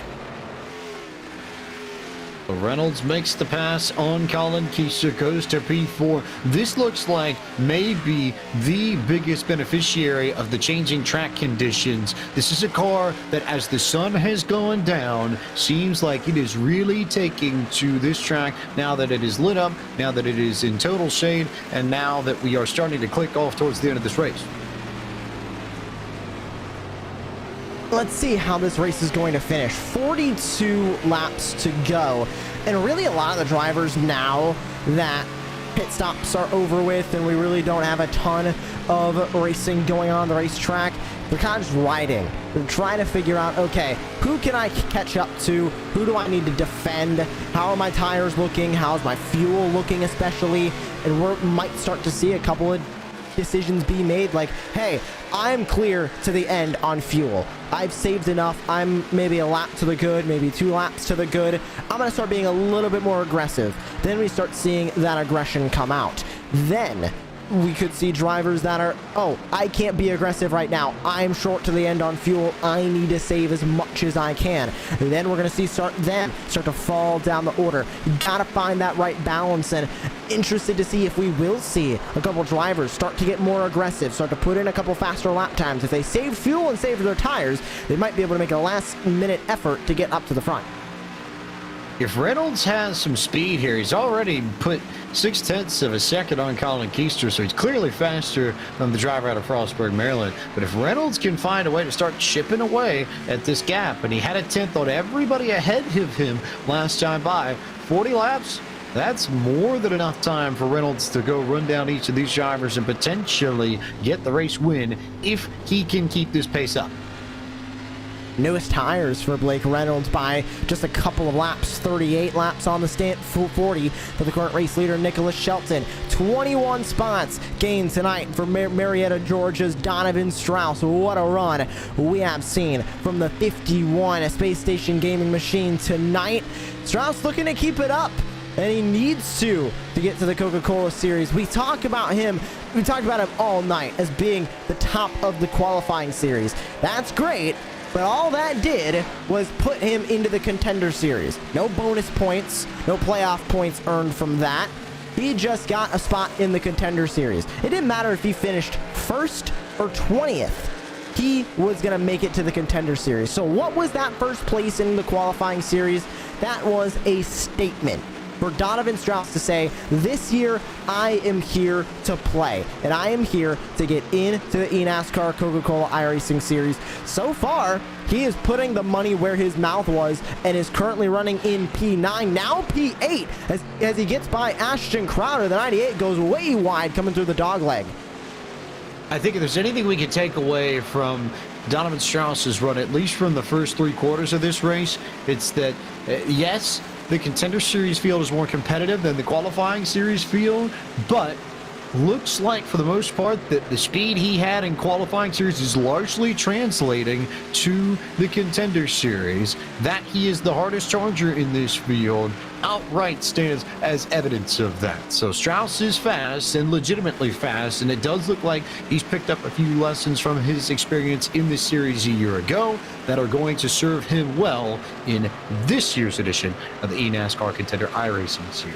Meanwhile, continuing to look at the lap times here, the gap from Nicholas Shelton to Blake Reynolds is held at about 1.4 seconds the last few laps or so. Still time for Reynolds to go chase down the front 3 if he can beat them by a 10th a lap, but he's going to have to find a little bit more speed in order to reel in the race leader. Gonna have to find a little bit more speed to catch up to Nicholas Shelton. That's pretty much everybody currently in this field needing just a little bit more speed. Garrett Lowe, actually last time by out of the top 10, he had the fastest lap on the racetrack. So we're gonna see if he can work his way up into the top 5. He's trying to chase down Colin Keystern. We'll see who out of these top 5 drivers is gonna end up falling off the pace as those tires start to wear. Let's go down to Justin Prince for a little bit more information from pit road. Yes, indeed. And one of the main things actually picked up upon from the Charge crew members with the 98 in particular is, if you look at the top 20, you notice how many drivers are making some of their first attempts or not their first overall attempt in Contender Series competition. About 13 out of the top 20, they estimated, are among some of the newcomers looking to make their way into eNASCAR competition for the Coca-Cola iRacing Series.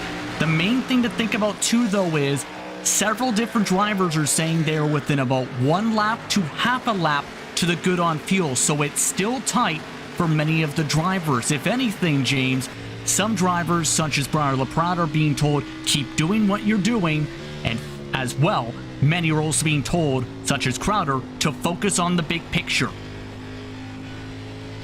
And just make sure you don't make any mistakes that would turn a top 5 or a top 10 into maybe a 20th position, maybe a 30th position. It depends on how it goes, but you don't want to beat yourself in the final 30 laps of this race and make mistakes that will cost you an opportunity to get some valuable points at the very beginning of this series when you don't know how many you're going to need at the end of this to make it into the Coke Series for next year. 30 to go, and interesting to see how the field has spread out. Majority of the top 10 now separated by maybe an average of 6 to 7 tenths. We go a little bit back from there. A couple of drivers running close together as we get a focus on Ashton Crowder, who is trying to catch up to Donovan Strauss. As a lap car in between him. That's the 41 of Brian Mercurio, who is on the alternate strategy, but 1 lap down, James. I think safe to say with 29 to go, if we don't get another caution, that alternate 2-stop strategy is not the correct move here tonight at Phoenix.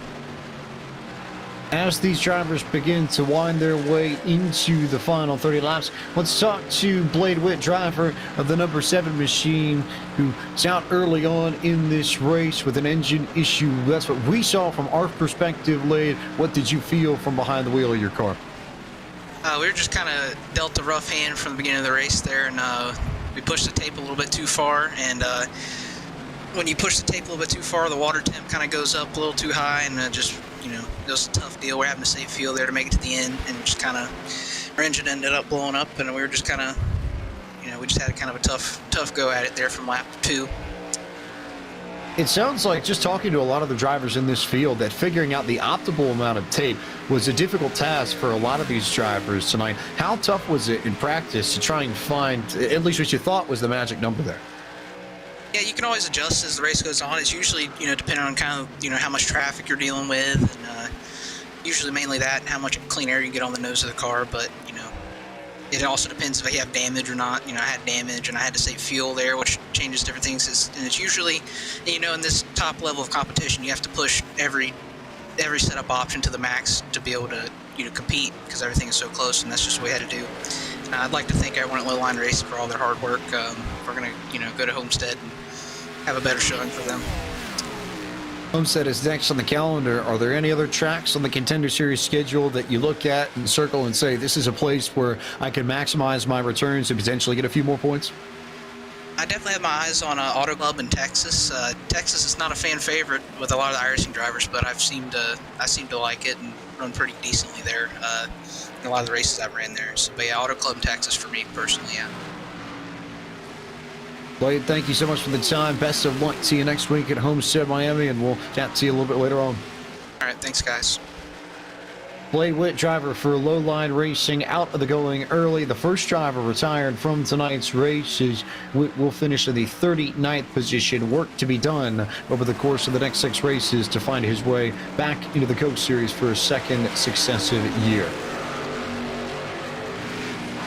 As it stands, though, Nicholas Shelton still in front of this. It's a half second from Shelton to Parker Retzlaff, and then a full second back to Aiden Honeycutt. Blake Reynolds there in the mix too, but everybody just sort of sitting within that 1.4 to 1.7 second range. There hasn't been much to move the needle between the top 5 drivers. I don't know if we're gonna get anything to move the needle yet in this race, James. 23 to go. It seems like everybody has taken care of their tires pretty much evenly. Blake Reynolds at the moment is in the best spot. Colin Keister is in a great spot behind him. Garrett Lowe's in an even better spot behind them. It looks like out of the top 6 right now, the top 3 have just about the worst lap times out of the bottom 3 currently in this top 6. Do they have enough time to catch up is what I'm thinking, and can they fight through the little bit of traffic they might have to get up to these lead drivers? Because last time by, Shelton, Retzlaff, and Honeycutt were either a little bit under a 10th or a little bit over a 10th slower than Reynolds, Keister, and Lowe, who currently sit 4th, 5th, and 6th. Is there time? And will the lap traffic factor into this as well? You see the leaders going around Brian Schoenberg. You go up the racetrack, and there certainly are a few more cars that the leaders may catch before we get the checkered flag. Ryan Doucette is maybe, call it 20 car lengths up the road from Nicholas Shelton, as is Christian Peterson. And then you've got a bit of a gap to Brandon McKissick. So at least 2 lap cars, by my count, that the leaders are going to have to pass before we get the checkered flag if we go green the rest of the way. And then, beyond that, we'll have to see.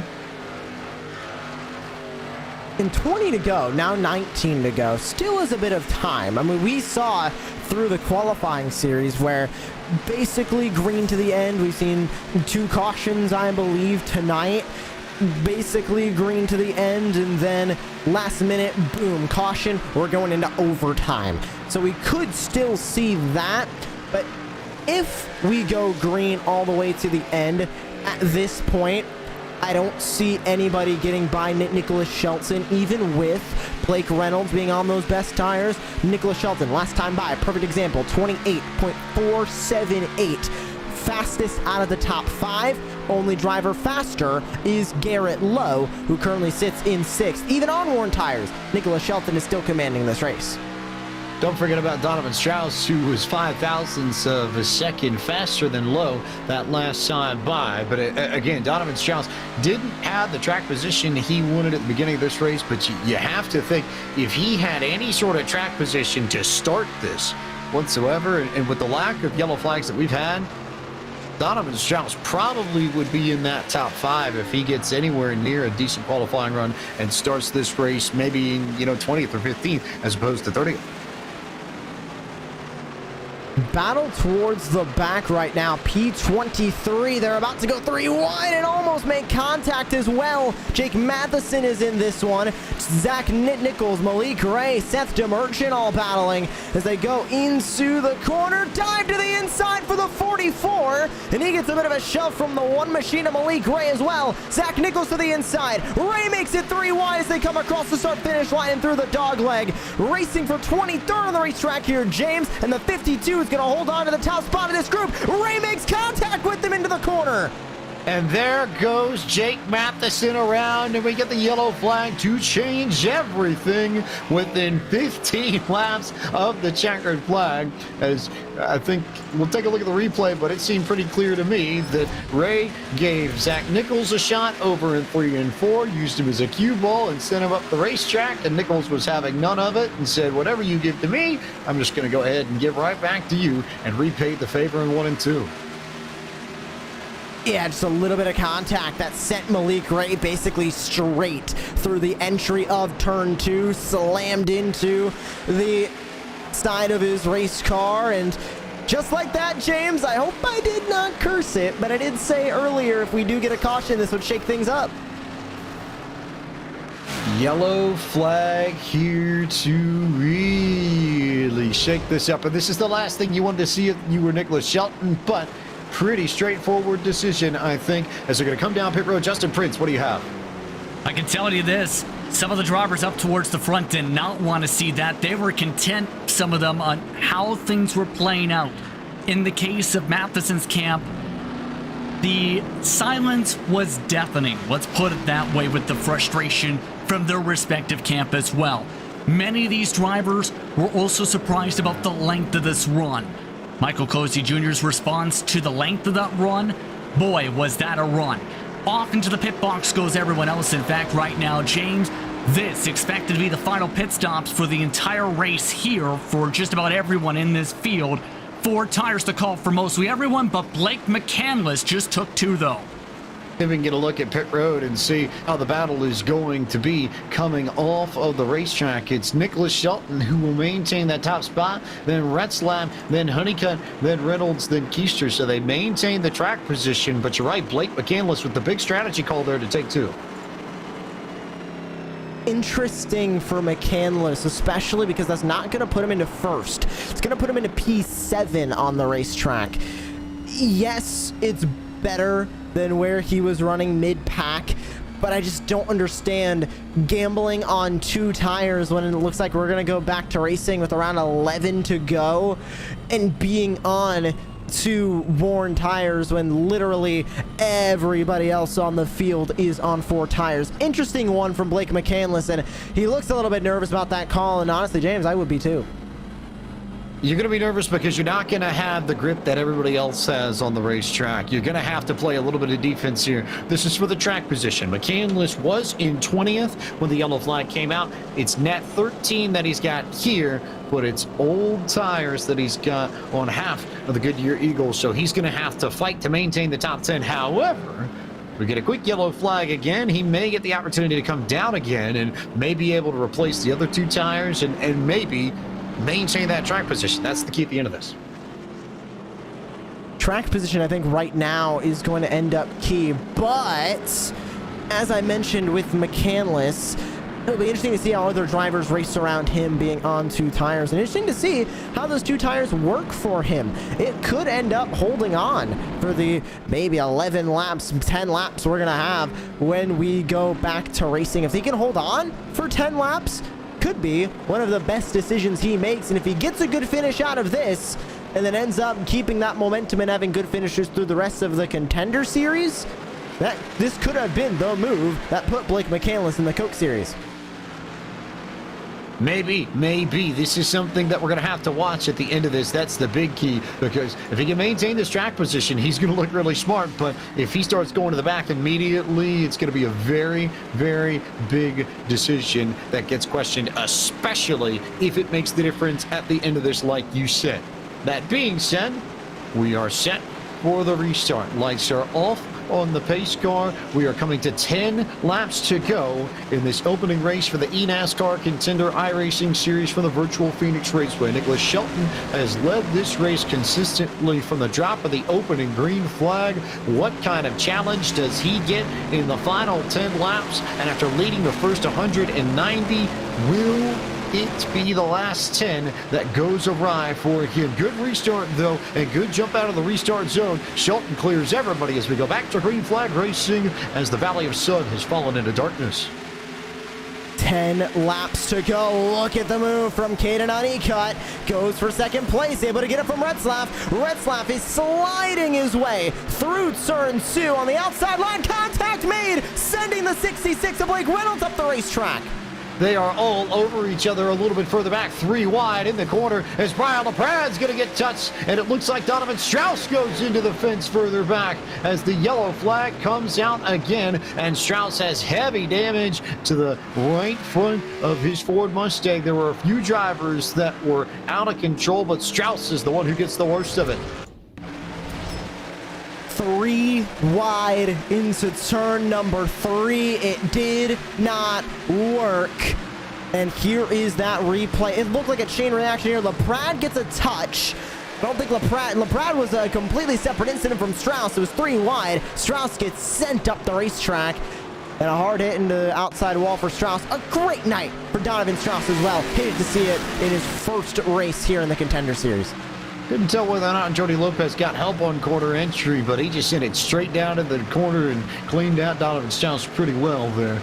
Well, Lopez sliding a little bit further back in the field, but contact between Lopez and Strauss to bring out this yellow flag. And now, what do you do if you are Blake McCandless? Are you staying out at this point, just trying to hang on to these spots and hope that you get a few more yellow flags to set us up for a green-white checker?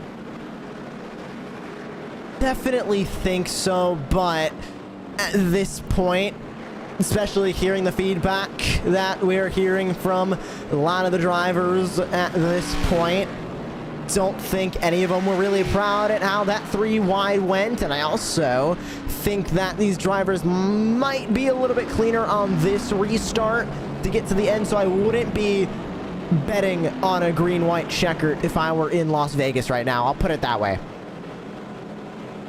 Wouldn't be the worst bet in the world, especially with the way you can see, and I think we saw a little bit of that on that last restart, that drivers will take different lines on entry into turn 3 in particular. There are about 4 or 5 different ways you can apex the corner, and when those lines cross over, that's when you end up with a contact, that's when you end up with drivers spinning, that's when you end up with yellow flags that could create those green-white checkers to begin with.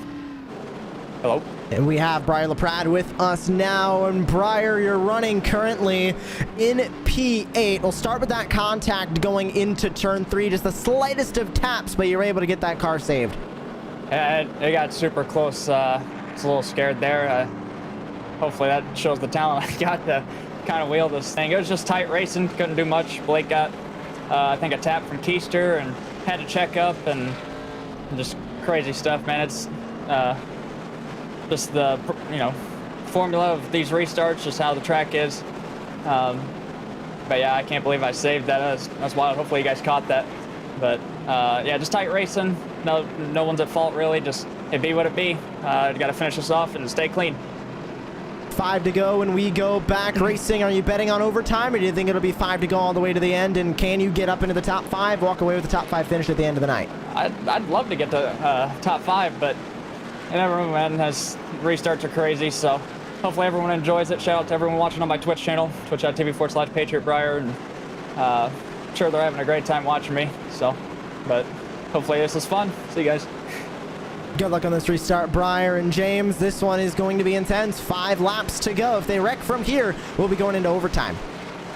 Green-white checkers would be imminent if we get another yellow flag, but We'll just have to see how the racing plays out as Nicholas Shelton will try and get everybody sped up just a little bit here before we go back to green flag racing. I think that counted as the actual restart way early in the boxes. Drivers go around, and Blake McCandless got sent around over in 3 and 4, so we get the yellow flag before we get the green. But that was a very early restart from Nicholas Shelton.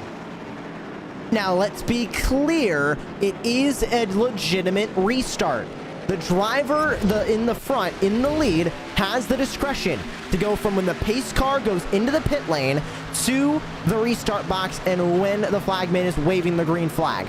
Oh my, a huge hit for Blake McCandless that just sent him into the wall. But it is a legitimate restart, so that was good. Shelton can do that. It's just something about this new Phoenix from when the pace car comes off in the pit lane, off of turn number 2, then you go all the way around the back straightaway, through 3 and 4 to the start-finish line. That is just one gigantic restart zone that Nicholas Shelton could have gone anywhere in that restart zone he wanted. He chose a little bit early on. There's another look top to bottom on the contact with McCandless. Just a little bit of wheel damage there. Looked like Dylan Alt was the one that he got into it. I think, yeah. The simplest way to put that is that we do not have live race control in the server with us like we do in the Coke Series. It's all automated by iRacing, so that's something that iRacing wouldn't necessarily catch, but I have the hunch that if we had T-HUD in this server, that probably is getting called, and we're probably getting another restart out of that. So, hey, you take advantage of every corner you can get if you're Nicholas Shelton, and then take advantage of the gray edges of the rule book and make it stick, make it work. So you get a good jump on everybody else. You don't even have to worry about traffic any which way around you if you get the jump on everybody going into 3 and 4 before we get the green flag. That being said, we are almost certainly looking at a green-white checkered, but before we get there, let's get a word in with Blake McCandless. Blake, we saw you get turned around over in 3 and 4. What happened on that restart? I mean, I just got sent. I think there was some really bad netcode there, but yeah, just wanted to make a 2-tire call and just got ran over. So we were running 20th, drove through half the field. You know, we were in a really good spot. Hated for everybody on this Fast Out Coach Chevrolet. Glad to debut fast in this series. But yeah, we just got ran over, and we'll hope they'll meme it up here to the end. Do you take confidence in the way this run was for you the night before the incident? You passed so many cars. You talk so much about how you loved your setup, even though you're running at the back of the pack. So does that speed give you confidence going into Homestead next week? Yeah, I mean, I think we'll have fast cars as long as we're racing with North Sports Racing and Kligerman Sport. Everybody does a great job there. So I guess this will, you know, hopefully bear our drop. We're not opposed to doing this before. You know, we started last in the points in the second round of Road to Pro and came back from that, so just going to have to do more of the same here. Blake, thanks as always for taking the time to chat with us. We'll see you next week at Homestead. Yep. That sounds like and having talked to Blake as much as we have, that sounds like a decidedly more disappointed and upset Blake McCandless than we normally see, which I think underscores just how much this means to him as we'll get set for the restart momentarily. But you can tell, Josh Lee, this one stings, no question. Yeah, and it's tough for Blake McCandless, who already had a tough qualifying series. Barely got in by about 4 points, I believe. He was able to get in and get above that top 20. So just a rough start for Blake McCandless in the Contender series. But we mentioned how short that 7 rounds is. He still does have 6 rounds left, and a lot can happen still in 6 rounds, even though it is not quite the length of the Coke series, where we had upwards of 14 rounds throughout the entire season. Plenty of time to make it up, and drops are certainly in the ballpark if you need it. Oh, by the way, for those keeping score at home, green-white checker number 1 of 3, and we'll see whether or not Shelton decides to go early or late, but I think just about everybody saw what he was able to pull off last time. I don't think he's going to be able to get away with it at the same time this time around, and he will wade a little bit deeper into the restart zone in order to go on this occasion. Now he takes you off in the middle of turn 3. Honeycutt's going to slide in right behind him, and we go back to green flag racing with 2 laps to go at Phoenix. Through the dog leg, take a look at Caden Honeycutt, trying to get on Shelton, couldn't do it, looks high, Shelton blocks, looks low, he's going to have an avenue there. Here comes Caden Honeycutt, trying to take away the win from the dominant number 5 machine all day. Side by side for the race lead, down the back straightaway, they'll take the white flag this time. Honeycutt's trying to spoil the party, they touch, Shelton gets moved up the racetrack, here comes Parker Retzlaff. Parker Retzlaff right through the middle as they go into the final lap of competition at Phoenix Raceway. He takes advantage of the contact with Nicholas Shelton, who spins around a little bit further back in the field, but it's all Retzlaff and Honeycutt and company trying to hang on at the end of this. Garrett Lowe maybe with something to say at the end, but Retzlaff will come away from all of that and take advantage of the contact between first and second to win the season opener of the eNASCAR Contender iRacing Series at Phoenix Raceway. He didn't lead, but maybe a fraction of this race, but he led when it mattered the most. Josh Lee. Where did he come from? Out of nowhere, here comes Parker Retzlaff up the inside when Shelton and Honeycutt made contact, and he's right there, the perfect time, and got right on by and got the win. Unbelievable scenes. He led the final 2 laps, but James, that's all that matters. How big was that for Parker Retzlaff? I'm going to see if we can get a replay of the final 2 laps of this race just to go back and see what happened between Honeycutt and Nicholas Shelton, because it looked like Honeycutt was actually able to get under Shelton just enough. I couldn't tell if there was contact in the middle of 1 and 2, but we'll get a good look here at the restart. Here's Honeycutt and Shelton going down to the corner, and it's tough to tell from that angle. I've got a few more that I'm looking at personally. It doesn't look like Honeycutt got into Shelton there in 1 and 2, so Shelton may have overdriven the track in 1 and 2. And then here, there's definitely contact between Honeycutt and Shelton. Both of them go up the racetrack, and that's what opens up the door for Parker Retzlaff to come through and ultimately win this race.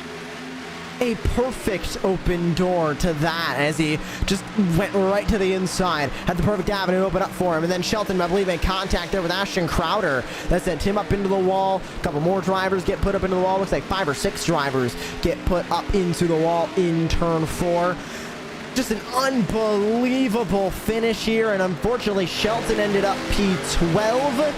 After leading the entire race, I don't think we're going to have a very happy Nicholas Shelton at the end of this race. Shelton absolutely frustrated, but Parker Retzlaff comes away with a victory over Garrett Lowe, who came out of nowhere on that final restart to grab second. Honeycutt rebounded after the contact with Shelton to get third. Colin Keister was fourth for about the last 100-ish laps of the race. Now, Blake Reynolds was top 5 all night. He'll get P5. Dylan Holt with a great finish. He comes home 6th. Femi Olot 7th. A nice run for him. Taylor Hirsch starts off his Contender Series campaign with an 8th place run. Cody Bias was 9th, and Justin Bolton completed the top 10. Back from there, Derek Bordeaux ends up P11, Nicholas Shelton P12, Chris Shearburn P13, Zach Nichols, Malik Ray round out the top 15 with Jake Matheson, Ryan Doucette, Brandon McKissick, Anthony Burrows, and unfortunately Brian LaPrade goes from up in the top 10 to P20 at the end of that race. 21st was Derek Justice. Casey Tucker came home in 22nd. 23rd to Jake Nichols, and Daniel Eberhardt was 24th. Brian Schoenberg finished in the 25th position. 26th went to Blake McCandless. 27th was where you find Christian Peterson. Liam Brotherton finished in the 28th spot. 29th for Santiago Tires brought it home. Colin Bowden finished in P30. Running out the field of 39, Brian Mercurio, the 2-stop strategy did not work for him. Seth DeMerchant, P32. Ashton Crowder ends up 33rd after that incident on the last lap. Same thing with Donovan Strauss in 34th. Jordy Lopez Jr., 35th. Alan Bowes, Michael Cozy Jr., Kyle Peddle, and Blade Witt round out the 39 drivers who took the green flag tonight for round number 1 of the eNASCAR Contender iRacing Series.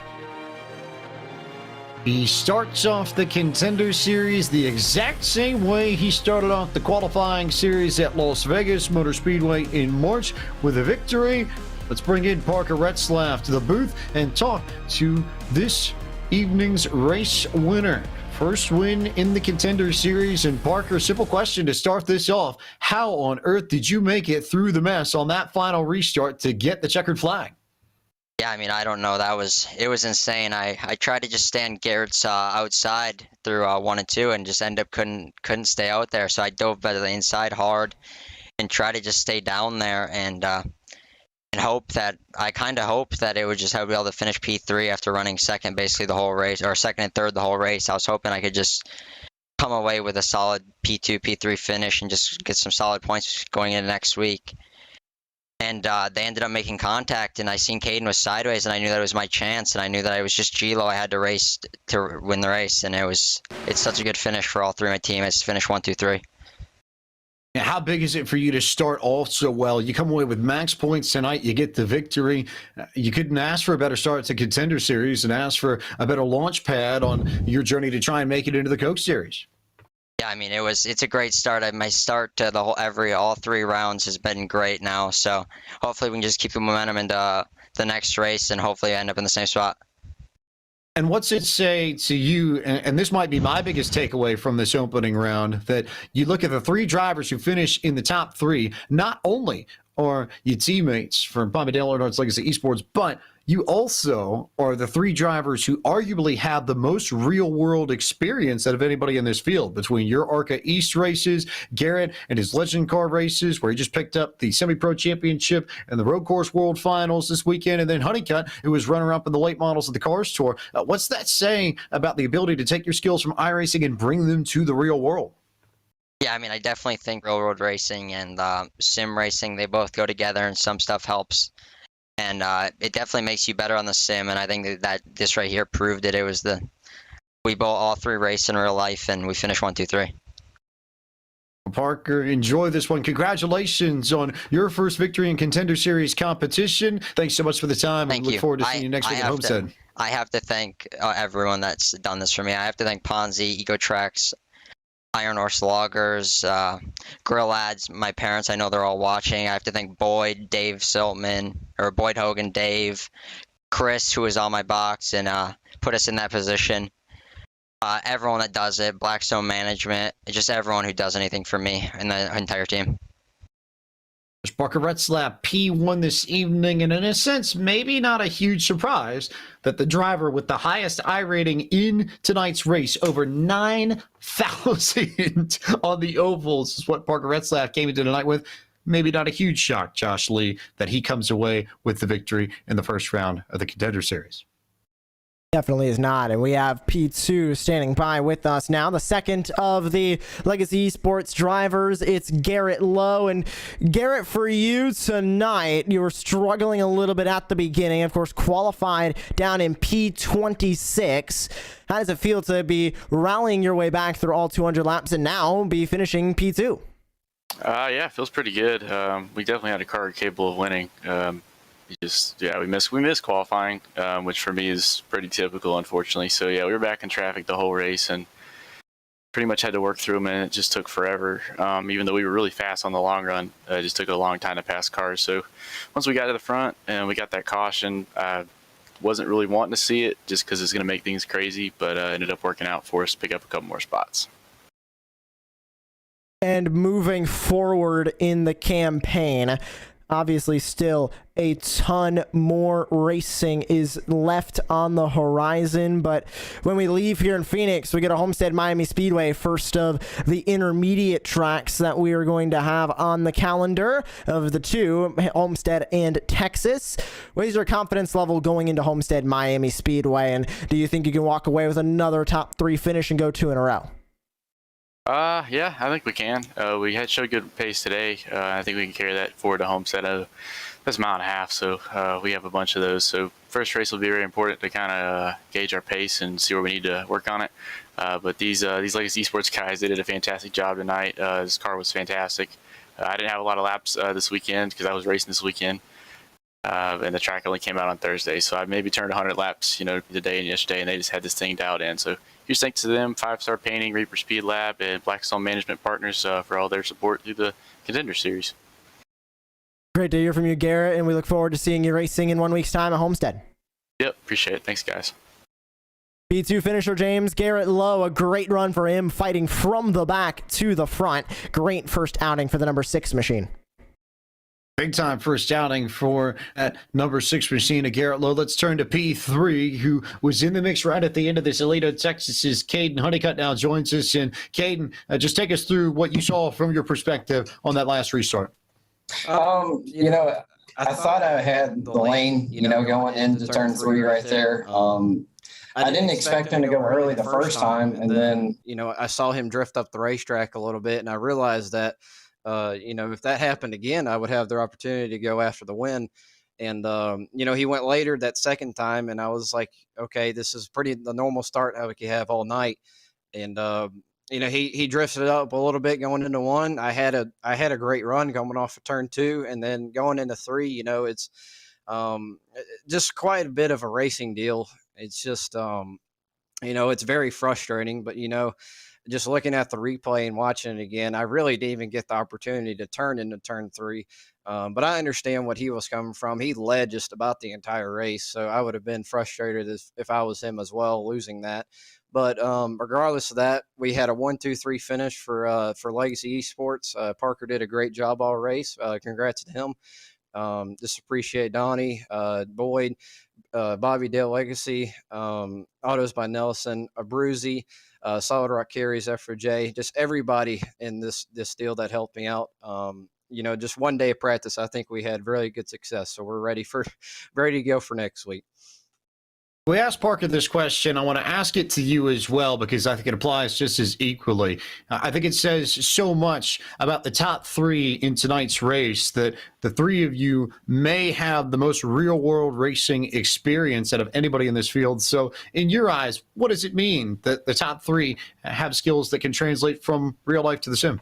Well, I think that's awesome. I just think that any type of racing that you can get into and have it from the sim, I think is just experience that nobody else can have, is just a next level of type of performance that you can put on. I'm not sure where Garrett ran most of the race, but I know me and Parker were right with each other just about the whole time. And we pretty much tried to do the same thing.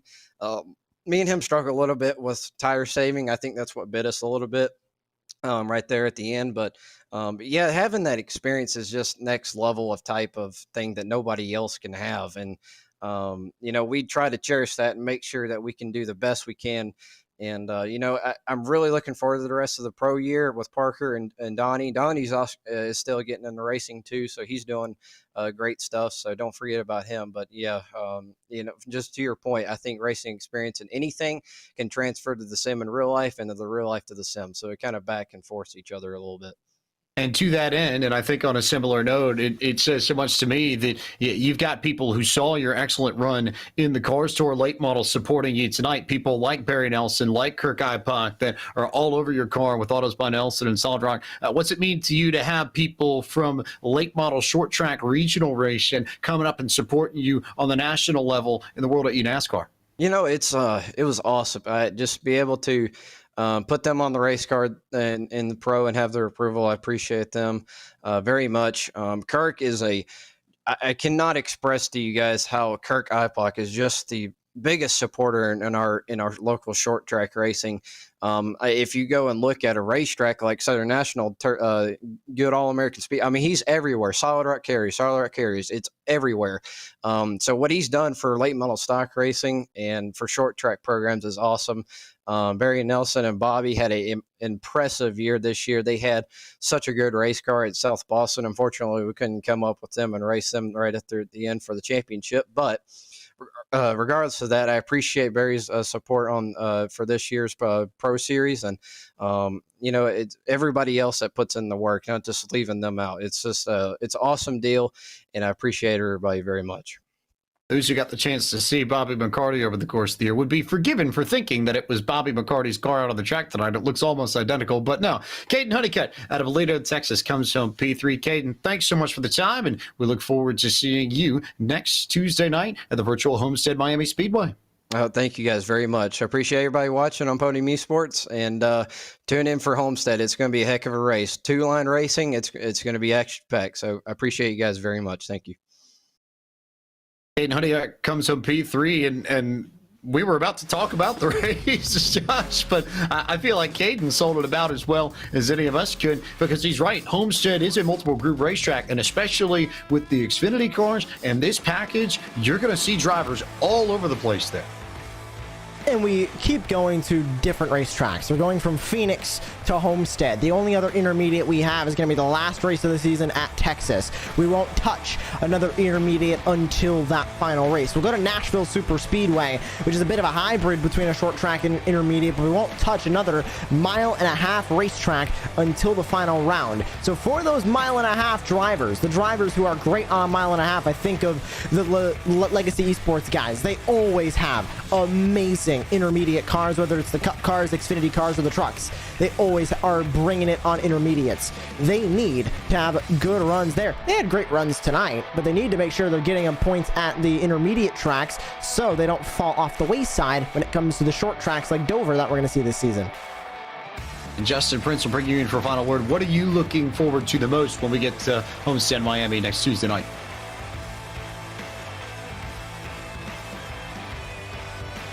Good point to be able to hear what I was saying there. But of course, when it comes to Homestead Miami Speedway, I'm curious which drivers are able to bounce back, James, is the main point I'm thinking about. Because many of the drivers who were involved in the final couple laps of Calamity, they're just very solid 1.5 mile drivers. Whether it's from the programs they're a part of, or whether it's the drivers themselves who know how to find different lines. McCandless is one of those drivers who comes up to mind. Michael Cozy Jr. showed good speed in various different types of cars and various different types of series across the platform at 1.5 mile circuits.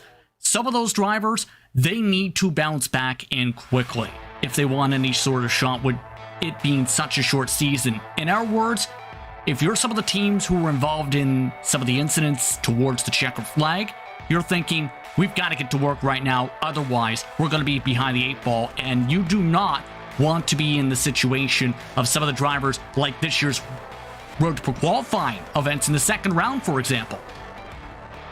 Blake McCandless finds himself in the same unenviable position that he found himself in at the beginning of round 2 of the qualifier series. He made it work that time, but again, this is a much more competitive field than what you saw in the qualifying series, and the work is going to be that much more difficult. However, we saw him run the high line to great success in the qualifying series at Homestead Miami back in July, so I wouldn't be surprised if he tries a similar strategy next week with these Xfinity Series cars at Homestead Miami, which is where we are going to be next Tuesday night, 9 p.m. Eastern Time. Broadcast will come up on the iRacing Twitch, Facebook, and YouTube channels from the Homestead Miami Speedway race number 2 of the eNASCAR Contender iRacing Series. Should be a lot of fun. We'll be back. We'll have Josh Lee with us. Justin Prince and Devin Henry will make his debut on the Contender Series broadcast for the first time. And of course, for more information on how to start your iRacing career, log on to iRacing.com. Speaking of iRacing, a few events coming up in the world of iRacing that you should be aware of before we get to next week at Homestead Miami.